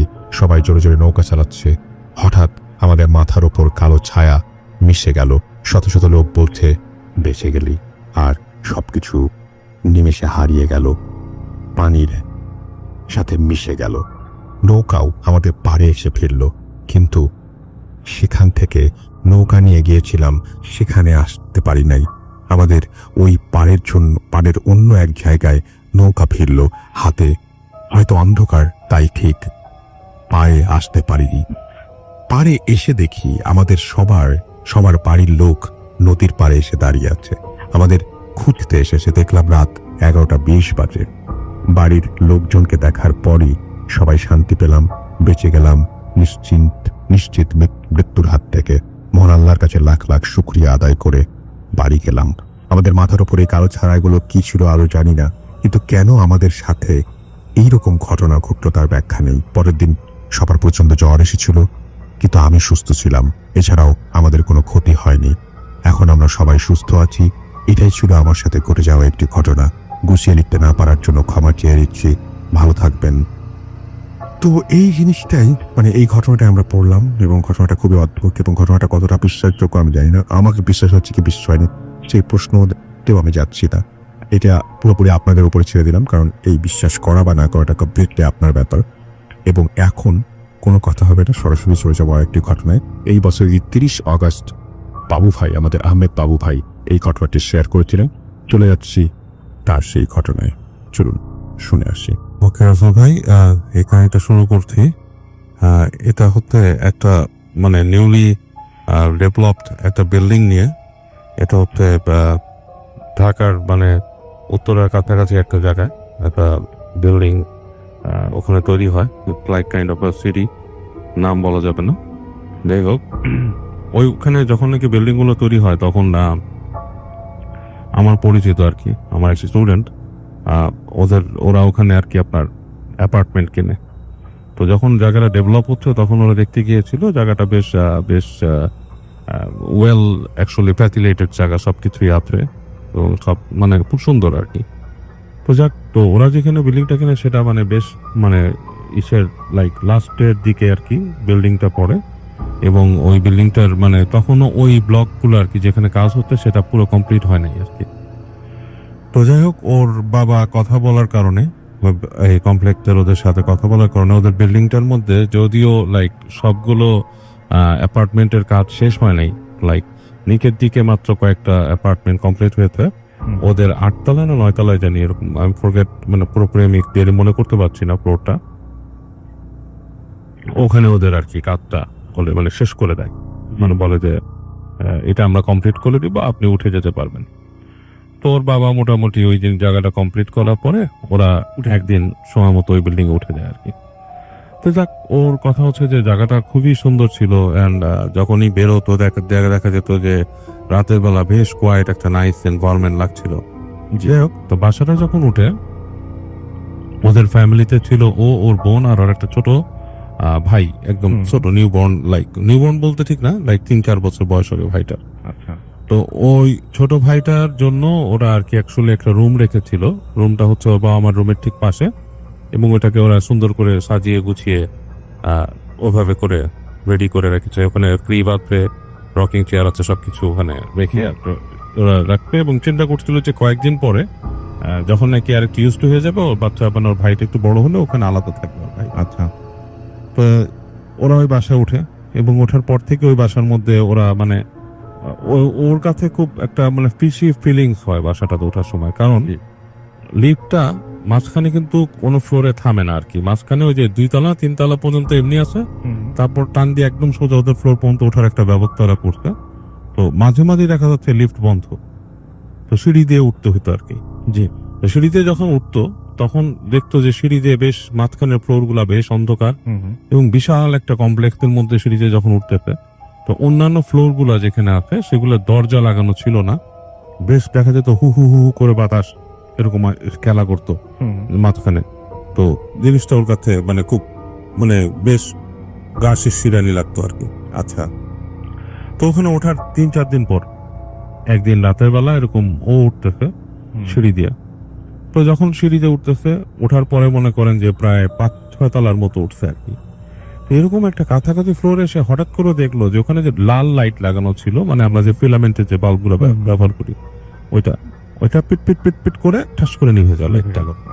তো লাইটটা যখন নিভে যায়, তোর কাছেও মনে হয় এটা হতে পারে ভোল্টেজ ফ্ল্যাকচুয়েশন করছে বা কিছু, কিন্তু সিনটা ওর কাছে একটু সিনেমেটিক লাগছে, মানে সিনেমায় যেরকম দেখে। তো সে খুব মজা পাইছে, মজা পেয়ে বলে যে এটা কি মানে মনে হচ্ছে একটা ভৌতিক ব্যাপার, হ্যাঁ আমি এটা একটু বলতে পারবো বাসায় যে এরকম লাইট নিভে গেল। তো এটা চিন্তা করে ও যখন সিঁড়িতে উঠতে রাসেল ভাই, তখন ও দেখলো যে বাতাস, প্রচন্ড বাতাস, যতটুকু না বাতাস নর্মালি উপরে হচ্ছিল তার থেকে বাতাসটা বেড়ে গেছে, এবং বাতাসটা বেড়ে যে লাইক ওর সামনে একটা সার্কেলের মতো কুশনের মতো বাতাস ওখানে ঘুরতেছে জাস্ট ওই জায়গাটার মধ্যে। তখন ও দাঁড়ায় যায়, কিছুক্ষণ চিন্তা করে যে এই বাতাস কি জন্য হচ্ছে, এটা কি কোনো ভৌতিক কোনো কিছু নাকি। তখন চিন্তা করলো যে এরকম বাতাস তো মাঠে ঘাটেও অনেক জাকি গরমকালে। তো ও এটা চিন্তা করে না, ও হেঁটে যায়। হেঁটে যখন যায় ও ঠিক বাতাসটাকে ক্রস করে যায়। আচ্ছা, এবং বাতাসটাকে যখন ক্রস করে যায়, ওর হঠাৎ করে ওর শরীরটা ঝিম ঝিম করে ওঠে, মানে একটা আনইউজুয়াল ফিলিং তার হয়, এবং লাইক মানে পুরো শরীরটা কাটা দিয়ে উঠে, এবং মনে হচ্ছে যে কেউ ওর ঘাড়ের কাছে চেপে ধরছে, এরকম একটা ফিল হয়। তো ও মোটামুটি একটু অস্বস্তি ফিল নিয়ে আস্তে আস্তে আস্তে উপরে চলে আসে, এবং যখন উপরে আসতে থাকে এরপরে প্রতিটা পদক্ষেপে সে ভয় পাওয়া শুরু করে। লাইক ওর মনে হচ্ছে যে সামথিং ইজ ফলোইং হিম, এরকম একটা ফিল নিয়ে সে উপরে ওঠে, এবং উপরে উঠে বাসার মধ্যে আসে। বাসায় ঠিক গেট নক করে, নক করার পর অনেকক্ষণ পরে ওর মা গেট খুলে বলে কি হয়েছে তোমার এরকম লাগতেছে কেন তোমাকে? তো বলে যে আমি এরকম উঠতে এরকম মাকে বলে যে আমি এরকম দেখতে। তো তখন আর ওই লাইট বন্ধ হওয়ার ব্যাপারটা সে মজা করে বলে না, তখন মনে হচ্ছে ওর কাছে ভয় লাগতো, সেভাবে করেই বলে। তো বলার পর ওর মা বলে যে বাবা এইভাবে তো ঠিক না, তুমি রাতের বেলা এইভাবে উঠছো, এরকম বাতাসে ঘূর্ণি দেখতে এগুলোর মধ্যে দিয়ে হাঁটা ঠিক না, অনেক কিছু খারাপ থাকে। এসে তোর মা ওকে করে কি পানি পড়ে সেটা খেতে দেয়। তো সেটা করেও তার কাছে শান্তি লাগতেছিল না, ও এটা পানিটা খাওয়ার পরে রাতের বেলা ও রাতে ঘুমাতে যায় আর কি বাসায়। মানে যখন রাতে ঘুমাতে যায় অনেকক্ষণ কম্পিউটার ব্রাউজ করে, লাস্টে যখন একটু ঘুমাইছে লাইট টাইট নিভাই দিতে, তো তখন আসলে অনেকক্ষণ পর ওর মনে হচ্ছে যে ওই যে রুমটা যেখানে ওর ভাইয়ের থাকার কথা, সেখান থেকে ওর ভাইয়ের শব্দ শুনতেছে। লাইক মানে বাচ্চাদের যেমন যে একটা শব্দ, হ্যাঁ লাইক বাচ্চারা করে না শব্দ করে, মানে কথা বলে অস্পষ্ট টাইপের, ওই ধরনের একটা শব্দ শুনতেছে। তাহলে ভাই ওখানে কোথাও, ভাই তো আমার রুমে, আমার রুমটা হচ্ছে বামে বেরো করিডোর দিয়ে একটু দূরে, এত সহজে শব্দ শোনার কথা না। তো করে কি বিছানার থেকে উঠে আস্তে আস্তে আস্তে আস্তে করে গেট খুলে। তো গেটটা যখন খুলে ও ফিল করে যে করিডোরের মধ্যে কিছু একটা বসা, ওই পুরো করিডোরটার মধ্যে কিছু একটা বসে আছে, লাইক মানুষ বা কিছু একটা, কিন্তু যেটা কোনো মানে ও দেখতে পাচ্ছে না কিছু, কিন্তু মনে হচ্ছে কিছু একটা বসা। যাই হোক, খুব ভয় পেয়ে আস্তে আস্তে যায়, দেখে যে শব্দটা ঠিক ওর ভাইয়ের যে রুমটা সেখানে, ওখান থেকে আসতেছে, এবং গেটটা লাগানো না, ভেজানো গেট, মানে একটু চাপানো একটু খোলা। তো তখন চিন্তা করতেছে যে আম্মু কি কোনো কারণে ওকে এই রুমে রেখে গেছে বা কিছু, ও মানে হঠাৎ করে মানে একটু অন্যরকম চিন্তা করে। তো হেঁটে হেঁটে যায়, যে কি করে গেটটার কাছে যখন যায় তখনও মানে স্পষ্ট শব্দ শুনতেছে ওর ভাইয়ের সেই ছোট বাচ্চার গলা। যখন ঠেলা দিয়ে ঢুকার পর দেখে যে শব্দটা বন্ধ হয়ে গেছে, কেউ নাই, কিন্তু ওই যে কোণার মধ্যে যে চেয়ার রাখা সেইখানে সে দেখে তাকায় যে একটা অবয়ব বসা। ইটস লাইক চেয়ারের উপরে কেউ বসে আছে, এবং লাইক পাটা মাটিতে না, পাটা লাইক উঁচু করে বসা, এবং ওই মুখের জায়গাটা কিছু দেখা যাচ্ছে না, যে মুখের জায়গাটা চোখের মতো দেখা যাচ্ছে, এবং চোখটা লাইক আগুনের চোখের মতো। এবং এটা দেখার পরে ওর গা একদম শিরশির করে ওঠে, এক লাফ দিয়েও বের হয়ে আসে রুম থেকে যখন চলে আসে ওর কাছে মনে হয় যে ওই করিডোরের মধ্যেও কেউ একজন এরকম বসে আছে, ঠিক একই রকম শেপের কিছু একটা। ও লাফ দিয়ে এসে রুমে পড়ে ভয়ে কাঁপতে থাকে, এবং ওইভাবে ওই রাতটা ওর কেটে যায়। এবং ও সকালবেলা মানে দিনের বেলা ওর মাকে এরকম বলে যে আমি এরকম দেখছি রুমের মধ্যে। তোর মা বলে তুমি যে কালকে ওখানে আসছো, তুমি ভয় পেয়েছো, দুঃস্বপ্ন দেখছো, এরকম কিছু না, মানে লাইক এটা খুবই নর্মাল জিনিস, তুমি হয়তো ভয় পাইছো, এসে তুমি দোয়া পড়ো, নামাজ পড়ো, এগুলো বলে ওর মা ওকে সান্ত্বনা দেয়। তো পরদিন যখন নাকি ওই বাসার মধ্যেও থাকে, ওর কাছে সারাদিন মনে হয় যে বাসার মধ্যে কেউ একজন আছে এবং ওর দিকে নজর রাখে। ও ভালো ফিলই করতেছে না বাসায়, এবং ও সন্ধ্যার পরে একটু বাইরে যেতে চায় চা খাওয়ার জন্য। ও যখন সিঁড়ি দিয়ে নামতে যায় তখন ওর মনে হয় সিঁড়ির গোড়ায় কেউ বসা, এবং ও আবার উঠে আসে। ওই দিন আর নামে না ও বাসার ভিতর থেকে, ও বাসার মধ্যে চলে আসে, এসে ঘরের মধ্যে ঢুকে, ঘরের মধ্যে ওর কাছে ওরকম ফিল হতে থাকে। তো ওই দিন ঠিক সন্ধ্যার আগে যে যেটা হয়, ও ওই হেঁটে হেঁটে ওর মায়ের রুমের দিকে যায় আর কি, যে দেখে যে ওর ভাইটা ওখানে আপনার হয়ে আছে। তখন মনে করেন যে সন্ধ্যাটা ঘনায় গেছে এরকম একটা সময়, যে দেখে যে ওর মায়ের রুমের মধ্যে মাটা কেউ নেই, কিন্তু ভাইটা আছে, ভাইটা ক্রিবের মধ্যে দাঁড়ানো ই করতেছে। তো ও যখন কাছে যায়, ওর ভাইটা ওকে দেখে একদিকে তাকায় থেকে, মানে ওর দিকে তাকায় একটা চিৎকার করে পুরো নীল হয়ে যায়, গায়ে কাঁদতে থাকে ওর ভাইটা, মানে সিরিয়াস কাঁদতে থাকে। ও যত কাছে যায় মনে হয় কান্নার আরো বেড়ে যাচ্ছে, মানে কান্নার মানে লিমিটলেস কান্না, মানে বাচ্চারা মানে এক নাগাড়ে কাঁদতেছে। তোর মা দৌড় দিয়ে আসে, কি হয়েছে, এসে বাচ্চাকে কোলে নেয়, বাচ্চার কান্না একদমই থামে না। ও বাচ্চা ওর দিকে তাকায়, নীল হয়ে কাঁদতেছে এবং গায়ের কালার পুরো নীল হয়ে গেছে বাচ্চার। তোর মা যেটা করে, ও তাড়াতাড়ি সরায়, ওর বাবা আসে, খবর দেয়, বাচ্চাকে শান্ত করার চেষ্টা করে, বাচ্চা থামতেছে না, সিরিয়াস অবস্থা। ওরা মনে করে হাসপাতালে নিয়ে যাবে। তো এরকম করে ওই ভাইকে ওরা হাসপাতালে নিয়ে যায়, ওর মাটা। তো হাসপাতালে নিয়ে যেও আসলে বাচ্চার কিছু হয় না, বাচ্চাকে আপনার ডাক্তাররা শান্ত করার চেষ্টা করে, ওষুধ দিয়ে এই দিয়ে পাঠায়, কাঁদতেছে। তো ওখানে ওদের প্রতিবেশী একজন বলে যে এখানে একজন আছে, হুজুর আছে, ওনার সাথে দেখান কি হয়েছে বাচ্চার এসে। তো ওরা, ওর বাবা মা হুজুরের সাথে কন্ট্যাক্ট করে, হুজুরের সাথে কন্ট্যাক্ট করার পরে হুজুর আসে, ওদের বাসায় আসে। তো হুজুর বাসায় এসেই, হুজুর যখন বাসাটায় ঢুকে, তখন উনি ওই বাসায় পা দিয়ে বলে যে এই বাসাটার মধ্যে কিছু একটা সমস্যা আছে। বলে যে কি সমস্যা, বলে যে এখানে কোনো একটা কিছুর আসর আছে, আপনারা একটু থাকেন। এবং এই বাসাটার মধ্যে, এগুলা তো আসলে বাসাগুলো তৈরি হয়েছে খুব জায়গার মধ্যে, মানে ব্যারেন টাইপের ছিল এই জায়গাগুলা। হ্যাঁ, তো এখানে অনেক কিছুই থাকে এবং বাসার ফ্ল্যাটেও এখানে আশেপাশে কেউ থাকে না, আপনাদের বাড়িটা বন্ধ দিতে হবে, বাচ্চাটাকে দেখে। তো বাচ্চাটার কাছে হুজুরটা যায়, উনি যে দোয়া পড়ে বাচ্চাটাকে যখন উনি ধরে ফু দেয়, তখন বাচ্চাটা কান্না টান্না যতটুকু ছিল, বাচ্চাটা কেঁপে উঠতেছিল, এটা থেমে যায় আর কি। তখন উনি একটা দোয়া পড়ে বাচ্চাকে ফু দেয় এবং ওই যে কায়তন টায়তন পড়ে যায়, ঝেড়ে দেয়। এবং ওই হুজুর কি করে, ওই বাসাটাকে আপনার বন্ধ করে দেয়। উনি দোয়া পড়ে করে ওনার কিছু প্রসিজার করে উনি বাসাটাকে বন্ধ করে দেয়। বন্ধ করে দিয়ে বলে যে আপনারা একটা জিনিস সাবধানে থাকবেন, যে যেহেতু এখানে বাচ্চা আছে, আপনারা খুব সাবধানে থাকবেন। ছোট বাচ্চাদেরকে এরকম দুষ্টু জিনটা অনেক ডিস্টার্ব করে, ভয় দেখায় এসে। আর ওই উনি তখন এগুলো বলে বাসাটা বন্ধ করে যখন উনি যাচ্ছে, তখন উনি ওই ভাইটার দিকে নজর পড়ে আর কি, আমার স্টুডেন্ট যেটা ছিল ওর দিকে নজর পড়ে, বলে কি যে ওর এরকম অবস্থা কেন।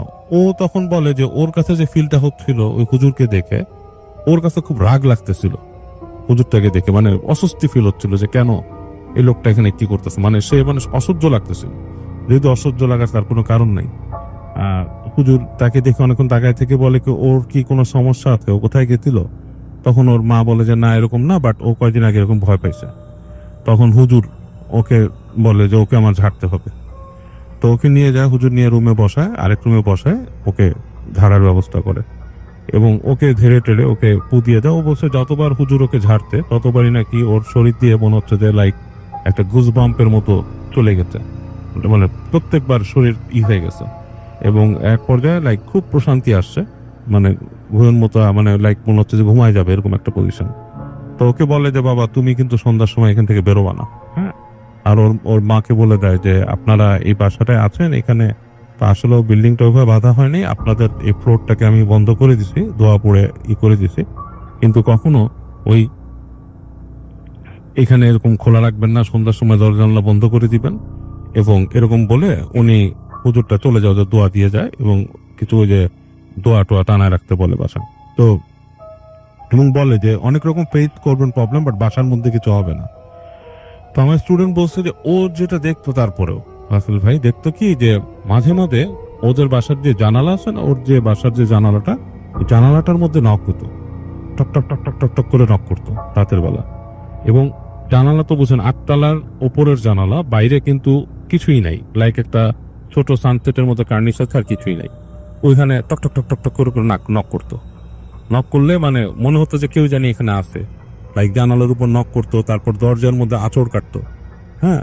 তারপরে একদিন যেটা হচ্ছিল যে ও নাকি মানে বের হয়েছে করিডোরে, ওখান থেকে ডাইনিং স্পেসে যাবে, ওখান থেকে ওই গেটের পাশ থেকে মনে হচ্ছে কেউ ওকে নাম ধরে ডাকতেছে এবং ও শীষ দিয়ে নাম দিয়ে নাম ধরে ডাকার মতো। এবং ও ডাকটা এমন ছিল যে ওর কাছে খুব কিউরিয়াসিটি হচ্ছিল যে ও যায় যে দেখুক যে ঘটনাটা কি, কিন্তু সে যে দেখে নাই।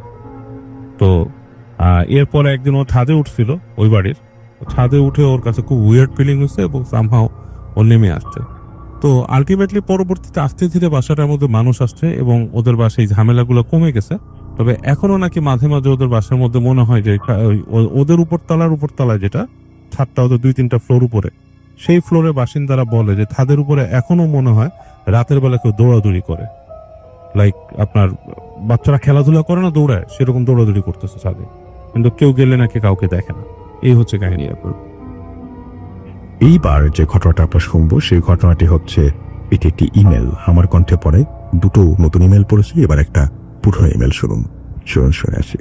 আসসালামু আলাইকুম রাসেল ভাই, আশা করি আল্লাহর অসীম রহমতে ভালো আছেন। আমার নাম শিহাব, সাফারের মধ্য গ্যান্ডা নামক এলাকায় আমি থাকি। তারপরে উনি তার ফোন নাম্বার শেয়ার করেছেন। আজ আমার সাথে ঘটে যাওয়া এক বাস্তব ঘটনা বলছি, যদি ভালো লাগে তাহলে শ্রোতাদের শোনাবেন। কথা না বাড়িয়ে যাওয়া যাক ঘটনায়। যখন এই ঘটনাটি ঘটে তখন আমার বয়স প্রায় 8 বছর। আমাদের বাসাটা ছিল একতলা ছাদ বিশিষ্ট। আমার এক খালামণি এসেছেন বাসায় বেড়াতে। একদিন আমি খালামণির কাছে দাবি করলাম, খালামণি আমাকে ছাদে নিয়ে যাও না, ঘুরে আসি। খালামণি দাবি না রেখে পারল না, আমাকে নিয়ে গেল ছাদে। সময়টা প্রায় বিকালে, কিন্তু সন্ধ্যা হওয়ার একটু আগে। তো খালামণির সাথে দাঁড়িয়ে আছি, হঠাৎ আমার চোখ পড়লো আকাশের দিকে। তাকাতেই দেখলাম কি যেন এক প্রান্ত থেকে আর এক প্রান্তে উড়ে যাচ্ছে, লাল রঙের কি যেন, একেবারেই লাল।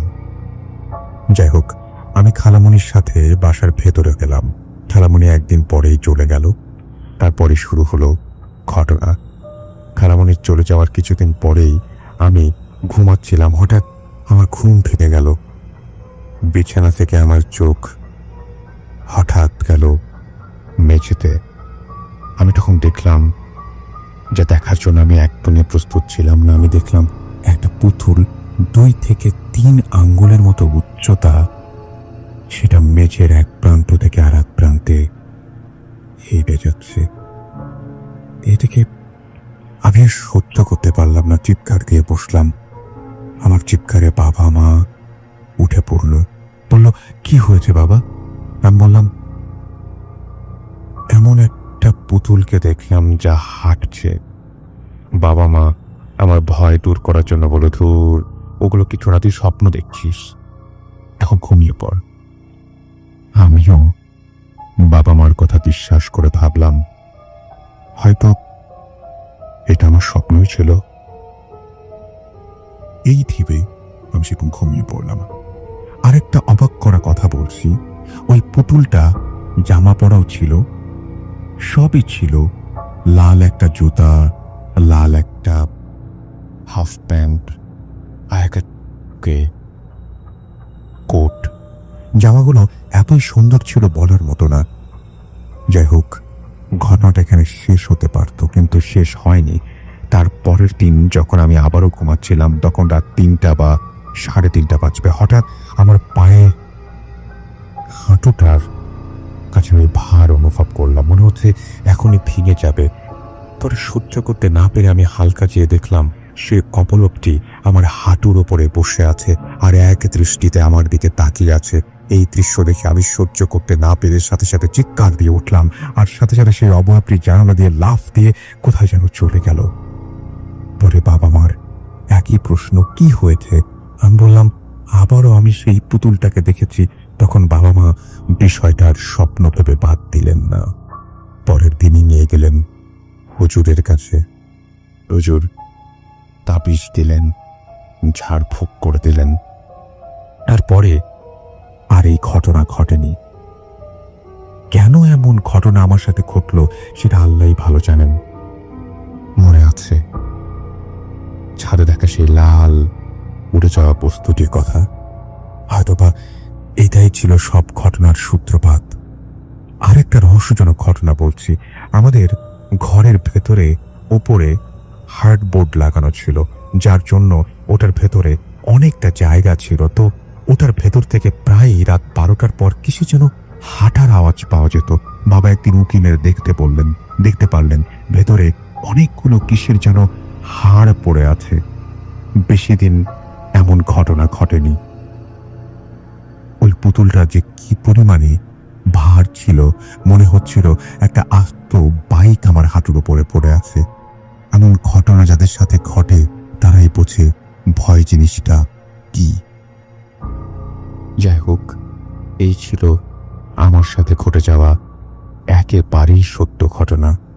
ঘটনাটা ছোটবেলায় ঘটলেও এটা আমার মনের মধ্যে এমন ভাবে গেঁথে আছে যে মৃত্যুর আগ পর্যন্ত ভুলতে পারবো না। আমার সাথে আরো অন্যান্য ঘটনা ঘটেছে, যা সময় পেলে স্টুডিওতে গিয়ে বা ইমেল করে পাঠিয়ে দেব। আরও একবার আপনাদের সবাইকে স্বাগত জানাচ্ছি আমি রাসেল, এবং এই মুহূর্তে যে ঘটনাটি আমি আপনাদের শোনাবো সেটি হচ্ছে 16 আগস্ট 2019-এর, এবং আপনাদের সবার প্রিয়, এটা আমাদের শেষ আকর্ষণ, সবার প্রিয় ডক্টর আলিফ এই ঘটনাটি শেয়ার করেছিলেন, এবং এটা ছিল ওই দিনের সম্ভবত 3rd স্টোরি। তো এই ঘটনাটিও আপনারা আশা করছি শুনবেন এবং আপনাদের ভালো লাগবে। চলুন শুনে আসি ঘটনাটি, এবং আমাদেরকে অবশ্যই জানাবেন ফেসবুকে, ইমেইলে। আপনারা সবাই লিখছেনও, কিন্তু জানাবেন অবশ্যই যে কেমন লাগছে, এবং এইরকম যে আজকের যে আয়োজন, এরকম আয়োজন আমরা আরো বেশি কন্টিনিউ করবো কিনা। চলুন শুনে আসি ঘটনা। তো যে আপুর ঘটনাটা বলবো, তার নামটা আমি বলেই ফেলি, কারণ এইটাতে আমি বলতে পারবো, সে পারমিশনটা আছে। তার নাম এফ রহমান, পুরো নাম বললাম না, এফ রহমান। তো এই আপুটা রহমান আপুই বলি, কারণ ওনার লাস্টে যেহেতু রহমান আছে। এই আপুটা আমি ওনার বিয়ে হয়েছে 2008 সালে। উনি আমাকে অনেক কষ্টে ফেসবুকে খুঁজে বের করে আমার চেম্বারে ডিরেক্ট এসছে। আমি মনে করেছিলাম প্রার্থী আমার রুগী, কিন্তু পরে দেখি না, সে রুগী না, সেই ঘটনা বলতে এসছে। পরে আমি একটু স্পেস দিয়ে তাকে ঘটনা শুনি। তার আপনি তো শুনতেছেন দর্শক ভাই, তার ঘটনার মতে যে তার 2008-এ বিয়ে হয়। 8-এর বিয়ের পর থেকে তার সাথে কিছু হালকা অ্যাবনর্মাল কিছু ঘটে। পর্দাটা চাপানো ছিল, পর্দাটা খোলা, জানালাটা বন্ধ করা ছিল, জানালাটা খোলা। এগুলি সে কখনোই পাত্তা দিত না। ইভেন এগুলোকে সে অন্যভাবেই নিত। হয়তো সে ঘুমিয়ে আছে, দরজাটাকে জানালাটাকে খুলে গেছে। একটা সময় তার হাজবেন্ড ইউএসতে চলে যায় স্কলারশিপ নিয়ে। তো তার বাসা মিরপুরে। তো তাদের বাসাটা হচ্ছে 6 তলা। তিনি শ্বশুর বাড়িতেই থাকতেন।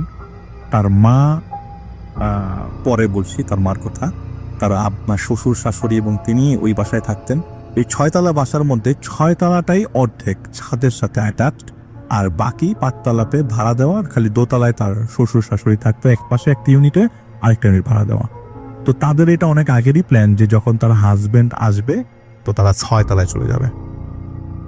তো এরকম তার হাজবেন্ড চলে যাওয়ার পর শ্বশুর শাশুড়ির সাথে সে 2 তলায় থাকে। ঘটনা ঘটে 2013 সালের এপ্রিল মাসে। আমি একটু মনে করার চিন্তা করি, 2013 সালের এপ্রিল মাসে ঘটনাটা ঘটে। সেদিন সে সন্ধ্যার পর শুয়েছিল।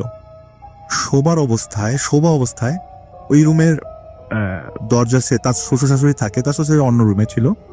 তো শুয়ে থাকা অবস্থায় সে মানে ঘুমন্ত অবস্থায় তার ঘুমটা ভাঙে এরকম যে তার খাটটাকে জানি দোলনার মতো দোলাচ্ছে। এই দোলনাটা খুব নর্মাল দোলনা না, মনে হয় যে ওই যে আপনার শিশু পার্কে যেসব উপর থেকে ছেড়ে দেয় এরকম টাইপের, যে এক পাশ থেকে এক পাশে চলে যাচ্ছে। তার কাছে মনে হতে থাকে যে না, এইটা হয়তো কোনো আমার ঘুমের মধ্যে অনেকের মাথা ঘোরায়, মনে হয় যে হাতটা ঘুরতেছে, নড়তেছে। কিন্তু সাথে চোখ খোলার পর পচা গন্ধ, রাসেল ভাই, পচা গন্ধ, বিকট পচা গন্ধ। চোখ খোলার পর তিনি দেখেন লাইট রুমে জ্বালানো, তার খাটের সামনে একটা মহিলা বসে আছে। সেই মহিলা 2টা মরা বাচ্চা নিয়ে বসে আছে। এই 2টা মরা বাচ্চার থেকে বিকট গন্ধ আসছে। এই 2টা মরা বাচ্চা রক্ত ভিজে গেছে, বেডের মধ্যে রক্তগুলো ছড়ে ছিটায় আছে। আর এই মহিলাটা তার নাকের সামনে চলে আসলো হঠাৎ করে। শিশু এক থেকে ধরপড় করে উঠে গেল। উঠে যাওয়ার পরে দেখলো যে সে তার নাকের সামনে এসে বলে, তোকে যে ক্ষতি করতে চায় সে ক্ষতি করতে পারবে না। এটা বলার পর উনি একটা চিৎকার দিল। ওই মহিলাটা ওই দুইটা বাচ্চা তার বেডের থেকে ওই যেভাবে ছোট বাচ্চাদের উঠায় না, উঠে জানালা দিয়ে বেরিয়ে চলে গেল। পর্দাটা নড়ছে আর তিনি এক চিৎকার দিল। তার শ্বশুর শাশুড়ি নক করলো, বাড়ির ভিতর থেকে নক করা ছিল। শ্বশুর শাশুড়ি নক করলো, নক করার পর বললো যে এরকম তোমার কি হলো? বললো যে না না বাবা, আমি এই আমার ঘুম ভেঙে গেছে, তো আমি স্বপ্ন দেখছি। তো তার শ্বশুর শাশুড়ির সময় সন্ধ্যা 7টা বাজে শ্বশুর শাশুড়ি চলে যায়। কিন্তু তাকে এটা পোহাতে থাকে, তাকে এমনভাবে পোহাতে থাকে যে এরকম ঘটনা তো তার সাথে কখনো ঘটে নাই, এবং যে এতদিন ঘটলো সে এক মিনিটের মধ্যে সব কিছু জোড়া দিয়ে দিল যে হয়তো এগুলিরই কোনো একটা অ্যাটাচমেন্ট ছিল। জানালাটা খোলা, জানালাটা বন্ধ ছিল, জানালাটা খুলে গেল, পর্দার আড়াল থেকে সেই জিনিসটা চলে গেল। এই পটকা গন্ধটা রেখে গেল। গন্ধটা রুমের মধ্যে একদম বিকট। 2-3 দিনের মধ্যে ঠিক হয়ে গেল। এপ্রিল শেষ করে মে মাস আসলো। মে মাসে তার হাজবেন্ড বাংলাদেশে আসলো। বাংলাদেশে আসার পরে এর মধ্যে হাজবেন্ড আসার সাথে সাথে খুব ধরনের ঝামেলা যে শুরু হয়ে গেছে তা না। হাজবেন্ড আসার পর তারা ডিসাইড করলো যে তারা 6 তলায় চলে যাবে। 6 তলায় তারা চলে গেল। 6 তলায় চলে যাওয়ার পরে এইটা হচ্ছে স্পেসিফিক যেদিন সে ফিল করে যে না, শি ইজ ইন ডেঞ্জার। এটা তার হাজবেন্ড বাংলাদেশে ঢাকা শহরে একটা হসপিটালে চাকরি করে। তার হাজবেন্ড আসলে হেলথ নিয়ে পড়াশোনা করতে ইউএসএ গেছিল।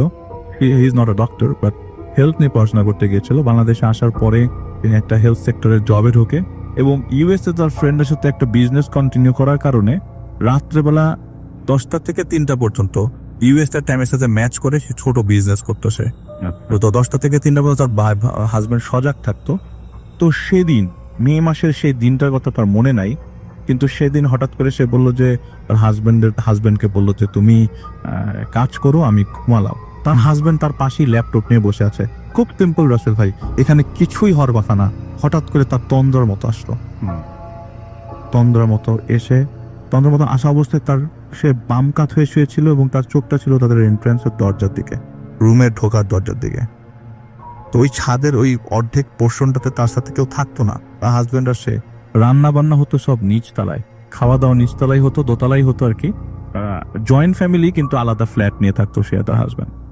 হঠাৎ করে দেখলো ভাই রাসেল ভাই কিভাবে বলো যে এই গরিব মিসকিনরা যখন একটু বা ওই যে দুর্যোগপূর্ণ এলাকায় যখন ছোট অনেক মানুষ যদি একটা সিম্পল জিনিস দেখার পর যেরকম পাগল হয়ে যায়, 4-5 জন লোক দরজার পাশ দিয়ে খাবলা খাবলি করছে ভেতরে ঢোকার জন্য। এমন সময় তিনি দেখে যে তিনি ক্ষুধার্ত মানুষের জন্য তাকে এরকম দরজা খুলতে পারছে না। দরজাটা একজন ধরে আছে। কে ধরে আছে রাসেল ভাই দরজাটা? আপনার কি মনে হয় দরজাটা কে ধরে থাকতে পারে? সে কি দেখছে? দরজাটা কেউ একজন ধরে আছে, বাসায় কেউ? সে নিজে ধরে আছে, সে শুয়ে শুয়ে দেখছে। নিজের ঘরে দেখতে পাচ্ছে। হ্যাঁ, নিজের ঘরে দরজা ধরে আছে, সে আটকে রাখছে দরজাটা। আর তার মা আমার লোক এক্সপেক্ট করিনি। তার মা বাথরুমের দরজা খুলে বললো, তুই কিচ্ছু শুনিস না, তুই খালি আয়াতুল কুরসি পড়, তুই কিচ্ছু শুনিস না। আমি খুব এক্সাইটেড হয়ে যাচ্ছি রাতুল ভাই বলতে, যে কারণ আমি ঘটনাগুলো শুনেছি ওরকম ভাবেই। তুই কিচ্ছু না, তুই খালি আয়াতুল কুরসি আর সূরা নাস পড়, তুই ভালো হয়ে যাবি, তুই পড়তে থাক। তিনি তন্দ্র অবস্থায় জোরে জোরে সূরা আয়াতুল কুরসি এবং আয়াতুল কুরসি এবং সূরা নাস পড়ার সাথে সাথে তার হাত বললাই, তোমার কি হয়েছে? তোমার কি হয়েছে?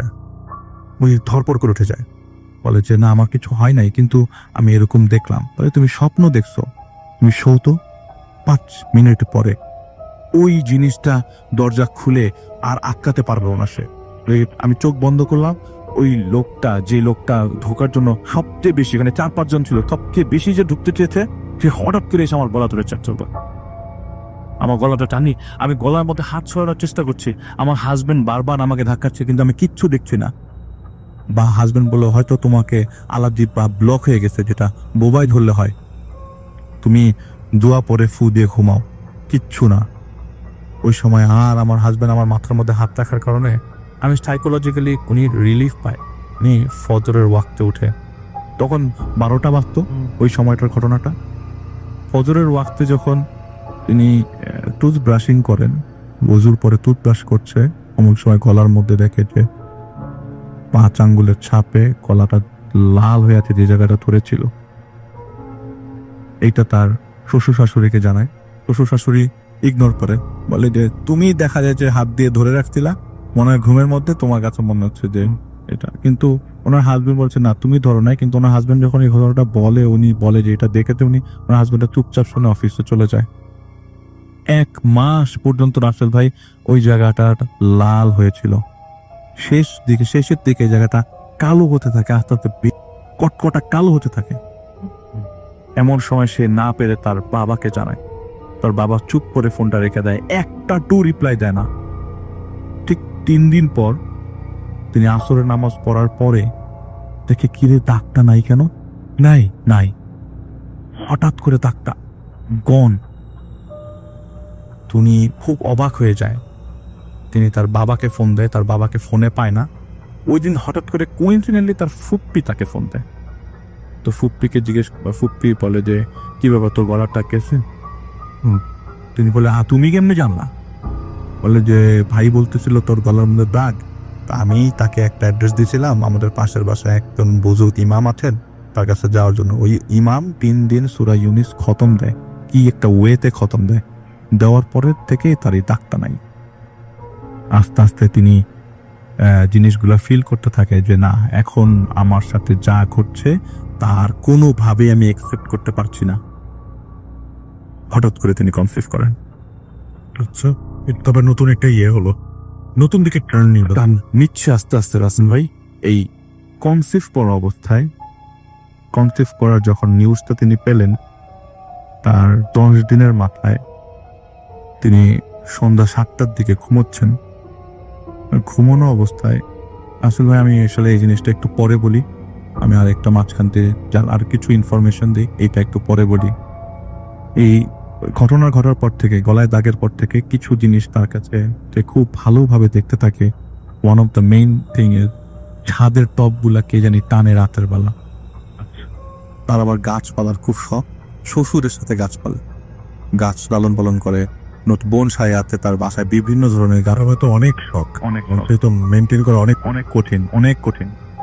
তার বুটিক্স আছে, she is a very good women, এবং সে সেলফ ডিপেন্ডেন্ট।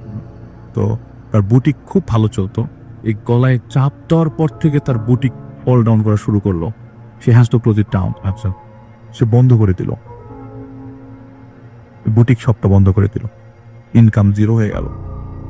এবং ছাদের মধ্যে এই যে টপ সরানোর শব্দ, বিকট শব্দ, যে বড় বড় ড্রাম গুলা সরাচ্ছে কে জানি। বড় ড্রাম আপনি আমি ধরতে সরাতে পারবো না, মাটি হলে আম পেয়ারা সব করে আম এক্স্যাক্টলি বড় গাছগুলা যেখানে, এগুলি সরানো ইম্পসিবল। রাস্তায় সময় নিচ্ছি না তো, না একদমই না। এগুলি সরানোর শব্দ, এবং এত বিকট শব্দ, নিচ থেকে ভাড়াটিয়া পর্যন্ত আমাকে এসে কমপ্লেন করলো। তো আমিও কম না, সে বলছে আমিও কম না। আমি জিজ্ঞেস করলাম রাত্রেবেলা আপনাদের বাসায় ফার্নিচার নাড়ায় কে? বলে যে আমাদের বাসাতে কোনো ফার্নিচার নড়ে না, আমরা তো রাত্রে 11টা থেকে ঘুমাই যাই। তার মানে এই প্রবলেমগুলো দেখা দিল। আশেপাশের টপ, ফার্নিচার, হঠাৎ করে লাইট অফ হয়ে যাওয়া, তার ঘর থেকে টাকা হারিয়ে যাওয়া, তার বাসায় একটা বুয়া কাজ করতো। আমি যে কোন জায়গায় স্টপ ছিলাম ভাই, আমাকে একটু মনে করাই দিলে। তার বাসায় একজন বুয়া কাজ করতো। সেই বুয়া প্রতিদিন সকাল 11টার দিকে আসতো। তো সে 11টার আগেই থেকে সকাল 7টার থেকেই এই ভাবি এই শব্দ পেত। কিন্তু বুয়াকে যখন জিজ্ঞেস করতো, এটা প্রথম দিকে, বুয়াকে যখন জিজ্ঞেস করতো কি ব্যাপার, তুমি কি আমাকে ডাকছিলে? বলে না তো, আমি তো আসছি 11টার দিকে, আমি তো আপনাকে ডাকি নাই। পরে সে বললো যে না, এভাবে থাকা সম্ভব না, আমি সজাগ থাকবো। সে আর রেস্ট নিত না। সকালবেলা তার হাজবেন্ডকে বিদায় দেওয়ার পর আর রেস্টটা নিত না। তো বুয়া বাসে আসার পরে সে একটু রেস্ট নিত। আমি দেখি ভালোই গুছিয়ে বলছি, আমি আতর ভাই অনেক আমরা ছিলাম কন্তিবের জায়গাটা, আমি একটু পরে আসি, সেটা আরো পরে। আচ্ছা, তো তার বুয়া বলতো যে আপনি বুয়াকে কাজ করতে দিয়ে সে ঘুমোতো, সে একটু রেস্ট নিত। তো বুয়া বলতো যে আপা, আপনার বাসায় যতক্ষণ আমি থাকি আমার কাছে মনে হয় আমার পাশে কেউ আছে, আমার দিকে কেউ তাকিয়ে আছে, কঠোর দৃষ্টিতে তাকিয়ে আছে, মনে হয় যে আমি এখনই মরে যাব। এরকম চিন্তা হচ্ছে। তো বুয়ার ঘটনাকে আসলে ভাই পরে বলবো, আসি কনসিভের ঘটনা। এর মাঝে সে কনসিভ করে, কনসিভ করার ঠিক 10 দিন, খবর পাওয়ার 10 দিন পরে সে তো খুশি, তার হাজবেন্ড খুশি। এর আগে তারা সে কনসিভ করেননি, কিন্তু করেছেন। কনসিভ করার ঠিক 10 দিন পরে রাত্রে 8টার দিকে তার বুয়াটা চলে যায় বাসা থেকে, হাজবেন্ডও চলে এসছে, হাজবেন্ড ওয়াশরুমে। এমন সময় তিনি শুয়ে আছেন, উপরে ফ্যান ঘুরছে, উনি হঠাৎ করে দেখলেন একটা কুকুর তার পায়ের উপরে, তার পেটের উপর পা দিয়ে রেখেছে দুটাও পা। একটা কালো কুচকুচে কুকুর জিভ বের করে তার পেটের উপরে দুটা পা দিয়ে রেখেছে। সে একটা চিৎকার দেওয়ার পর থেকে রাসেল ভাই এত ব্যথা শুরু হয়ে গেল, আধা ঘন্টার মধ্যে তার অবসান হয়ে গেল।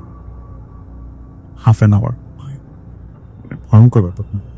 হাফ এন আওয়ারের মধ্যে তার অবসান হয়ে গেল। এটা ফার্স্ট টাইম ছিল এবং তিনি খুব ফ্রাস্ট্রেটেড হয়ে গেল।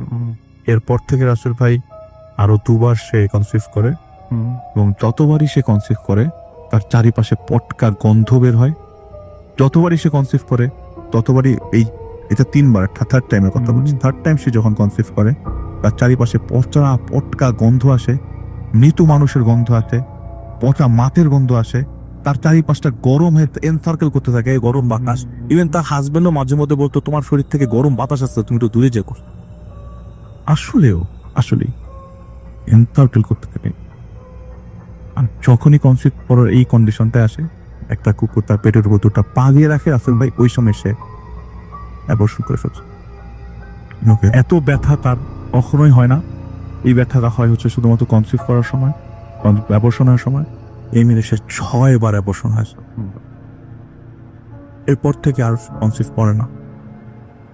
পরবর্তী সময়ে সে বলল যে না, আমি 6 তলায় আর থাকবো না, আমি দোতলায় চলে আসব। তো দোতলায় আসার সময় সে একজন হুজুরের শরণাপন্ন হয়। সেই হুজুরটা খুব আহামরি কাজ করেছে তার জন্য রাসেল ভাই, তিনি যে থ্যাঙ্কফুল যে বা কিছু, তাও না। হুজুরটা কিছু কাজ করেছে যেটা তার সময়, তার কিছু সময় ওই কন্ডিশন থেকে সাময়িক কিছু রিলিফ দিয়েছিল। তো তিনি নিচে নেমে যান, দোতলায় নেমে যান। দোতলায় নামার পর আর কিছু হয় না। দোতলায় নামার ঠিক 15 দিন পর তিনি ড্রয়িং রুমে, আসলে আমি প্রথমে আপনাকে কয়টা মানুষের কথা বলেছিলাম, খাটের উপর বসেছিল 3জন মানুষ, 2টা বাচ্চা, একটা মেয়ে, একটা মহিলা। একটা মহিলার 2টা হাত ছাপ আর 2টা বাচ্চা, ছোট ছোট 2টা ছাপ ড্রয়িং রুমের মধ্যে, হাতের ছাপ। আচ্ছা, কোথায় এটা ছিল? দোতলায়। না, ড্রয়িং রুমে দেয়ালের মধ্যে। এরপর থেকে রাসেল কিন্তু আর কনসিভ করেন নাই। আমি কিন্তু এটা লাস্ট 2-3 মাস আগের ঘটনা বলছি। এটা কিন্তু কিছুদিন আগের ঘটনা বলছি। আমি কিন্তু এখন এই লাস্ট 1.5 বছর টানলাম এতদিন পর্যন্ত। তিনি কি করলেন, আমাকে নক করলেন কিছুদিন আগে এই ঘটনাগুলো বলার জন্য। তো লাস্ট যে ইনসিডেন্টটা ঘটে সেটা একদমই উল্টা পাল্টা বলতে পারবো, আনএক্সপেক্টেড ঘটনা, একটু ডিফারেন্ট। খুব সিম্পল ঘটনা, আপনার কাছে ভয় লাগবে না, কিন্তু একটু বিরক্ত লাগবে। উনি ঈদ উপলক্ষে, রমজান ছিল কয়েকদিন আগে, রমজানে ঈদ উপলক্ষে একটা টেবিল অর্ডার দেয়। আচ্ছা, টেবিলটা তো গ্লাসের টেবিল আর কি। আর তো টেবিলের নিচের যে তাপটা উপর উঠায় ফেলে, আর 4 জন মিলে, গ্লাসটা অনেক ভারী গ্লাস। তো তার বুয়া নিচের থেকে দেখছিল যে গ্লাস উঠাচ্ছে, হেল্পিং হ্যান্ড বলতে বুয়াই ছিল, আর 4 জন লোক গ্লাসটা উঠাচ্ছে উপরে। গ্লাস চটপ করে ছুটে গেল তাদের 4 জনের হাত থেকে। ছুটে যেয়ে গ্লাসটা পড়ার কথা ছিল বুয়ার শরীরের উপরে। গ্লাসটা কি করলো, ডান পাশে কাত হয়ে গিয়ে পিছনে যে বুয়ার পায়ের লিগামেন্ট কেটে দিল। ওখান থেকে সিভিয়ার ব্লিডিং। বুয়াকে হসপিটালে নিয়ে গেল। হসপিটালে নেওয়ার পর ডাক্তার লিগামেন্ট ঠিকই জোড়া দিয়েছে, লাস্ট 1 মাস ধরে হাঁটতে পারছো না বেচারি, একদমই হাঁটা চলাফেরা। আপনি বলছিলেন যে বুয়ার কথায় পরে আসবে, বুয়ার কথায় বলে যে এই গ্লাস কখনো ঘোরার গ্লাস না, এই গ্লাস ঘুরলে বুয়ার সামনে পড়তো, বুয়ার উপরে পড়তো, এই গ্লাসটা বুয়ার পিছন দিক ঘুরে গেল। এটা সম্ভব না ঘোরা। উনি ফ্রাস্ট্রেটেড, উনি ডিপ্রেসড। উনি ঘটনার জানার আদলে ওনার বাবাকে নক করলো যে কেন আমার সাথে এরকম ঘটছে। আমি এন্ডিং এ চলে আসছি রাসেল ভাই, আপনি রিলিফ পাবেন। ভালো কিছু আসতেছে। এন্ডিংটা আপনি জানলে আপনার কাছে ডিফারেন্ট লাগতে পারে যে এন্ডিংটা কি। এন্ডিংটা এরকম যে ওনার বাবা বলে যে ওনার সাথে ওনার বিয়ের কথা ছিল ওনার আপন ফুফাতো ভাই। আচ্ছা, magic. The case of black magic. ও, ওনার ফুপাতো ভাই, ওনার ফুপ্পি ওনাকে ছোটবেলা থেকেই চেয়েছিল, কিন্তু ওনার মা 2009 সালে মারা যায়। বলেছিলাম মা বারান্দার, আপনারা কেউ জিজ্ঞেস করেন নাই মা কোথা থেকে আসলো। মা কিন্তু রাসেল ভাই মারা গেছে 2009 সালে। উনি ওই তন্দ্র অবস্থায় ওনার মাকে দেখতে, এই তুই আইতুল কুস্তি পর, আমি বেঁচে আছেন না, উনি মারা গেছেন। আচ্ছা, তো ওনার মা চাইনি ওনার ফুফাতো ভাইয়ের সাথে ওনার বিয়ে হোক, আর ওনার বাবাও চাইনি যে আত্মীয় স্বজনের মধ্যে কিসের বিয়ে। তারা একটা ডাট মেরে ওই ছেলেটা স্টিল আনমেরিড, এবং তার ফুপ্পিও এবং তার ফুফাতো ভাই এটা তিনি খবর পেয়েছেন যে তারা হয়তো তাকে ব্ল্যাক ম্যাজিক করছে। এবং ছোট্ট একটা ইনফরমেশন দিই, ওই যে হুজুরটার কথা বললাম যার শরণাপন্ন হয়েছিল, যে খুব ছোট কিছু উপকার করেছে, ছোট কিছু উপকার করেছে, কিছু ইনফরমেশন দিয়েছে, আর সাথে 25টা জিন থাকতো প্রতিদিন, জিন চালান দিয়ে রেখেছিল 25টা জিন, এবং তার এর সাথে এনকাউন্টার করে 3টা জিন থাকতো সবসময়, তিল নাও আছে এখনো পর্যন্ত। তিনি কনসিভ করেও পারছেন না, চেষ্টা করেও পারছেন না, ডাক্তারের কাছে যাচ্ছেন। এটা কিন্তু রাসেল ভাই একটা বিশাল বড় প্যাথেটিক। আপনার হাজব্যান্ড তাকে পূর্ণ সাপোর্ট দিচ্ছে, সব দিক থেকে সাপোর্ট দিচ্ছে, কিন্তু সে আসলে মেন্টালি সাপোর্ট পাচ্ছেন না। এইটা ছিল ঘটনা রাসেল ভাই, ইট ওয়াজ গোয়িং অন।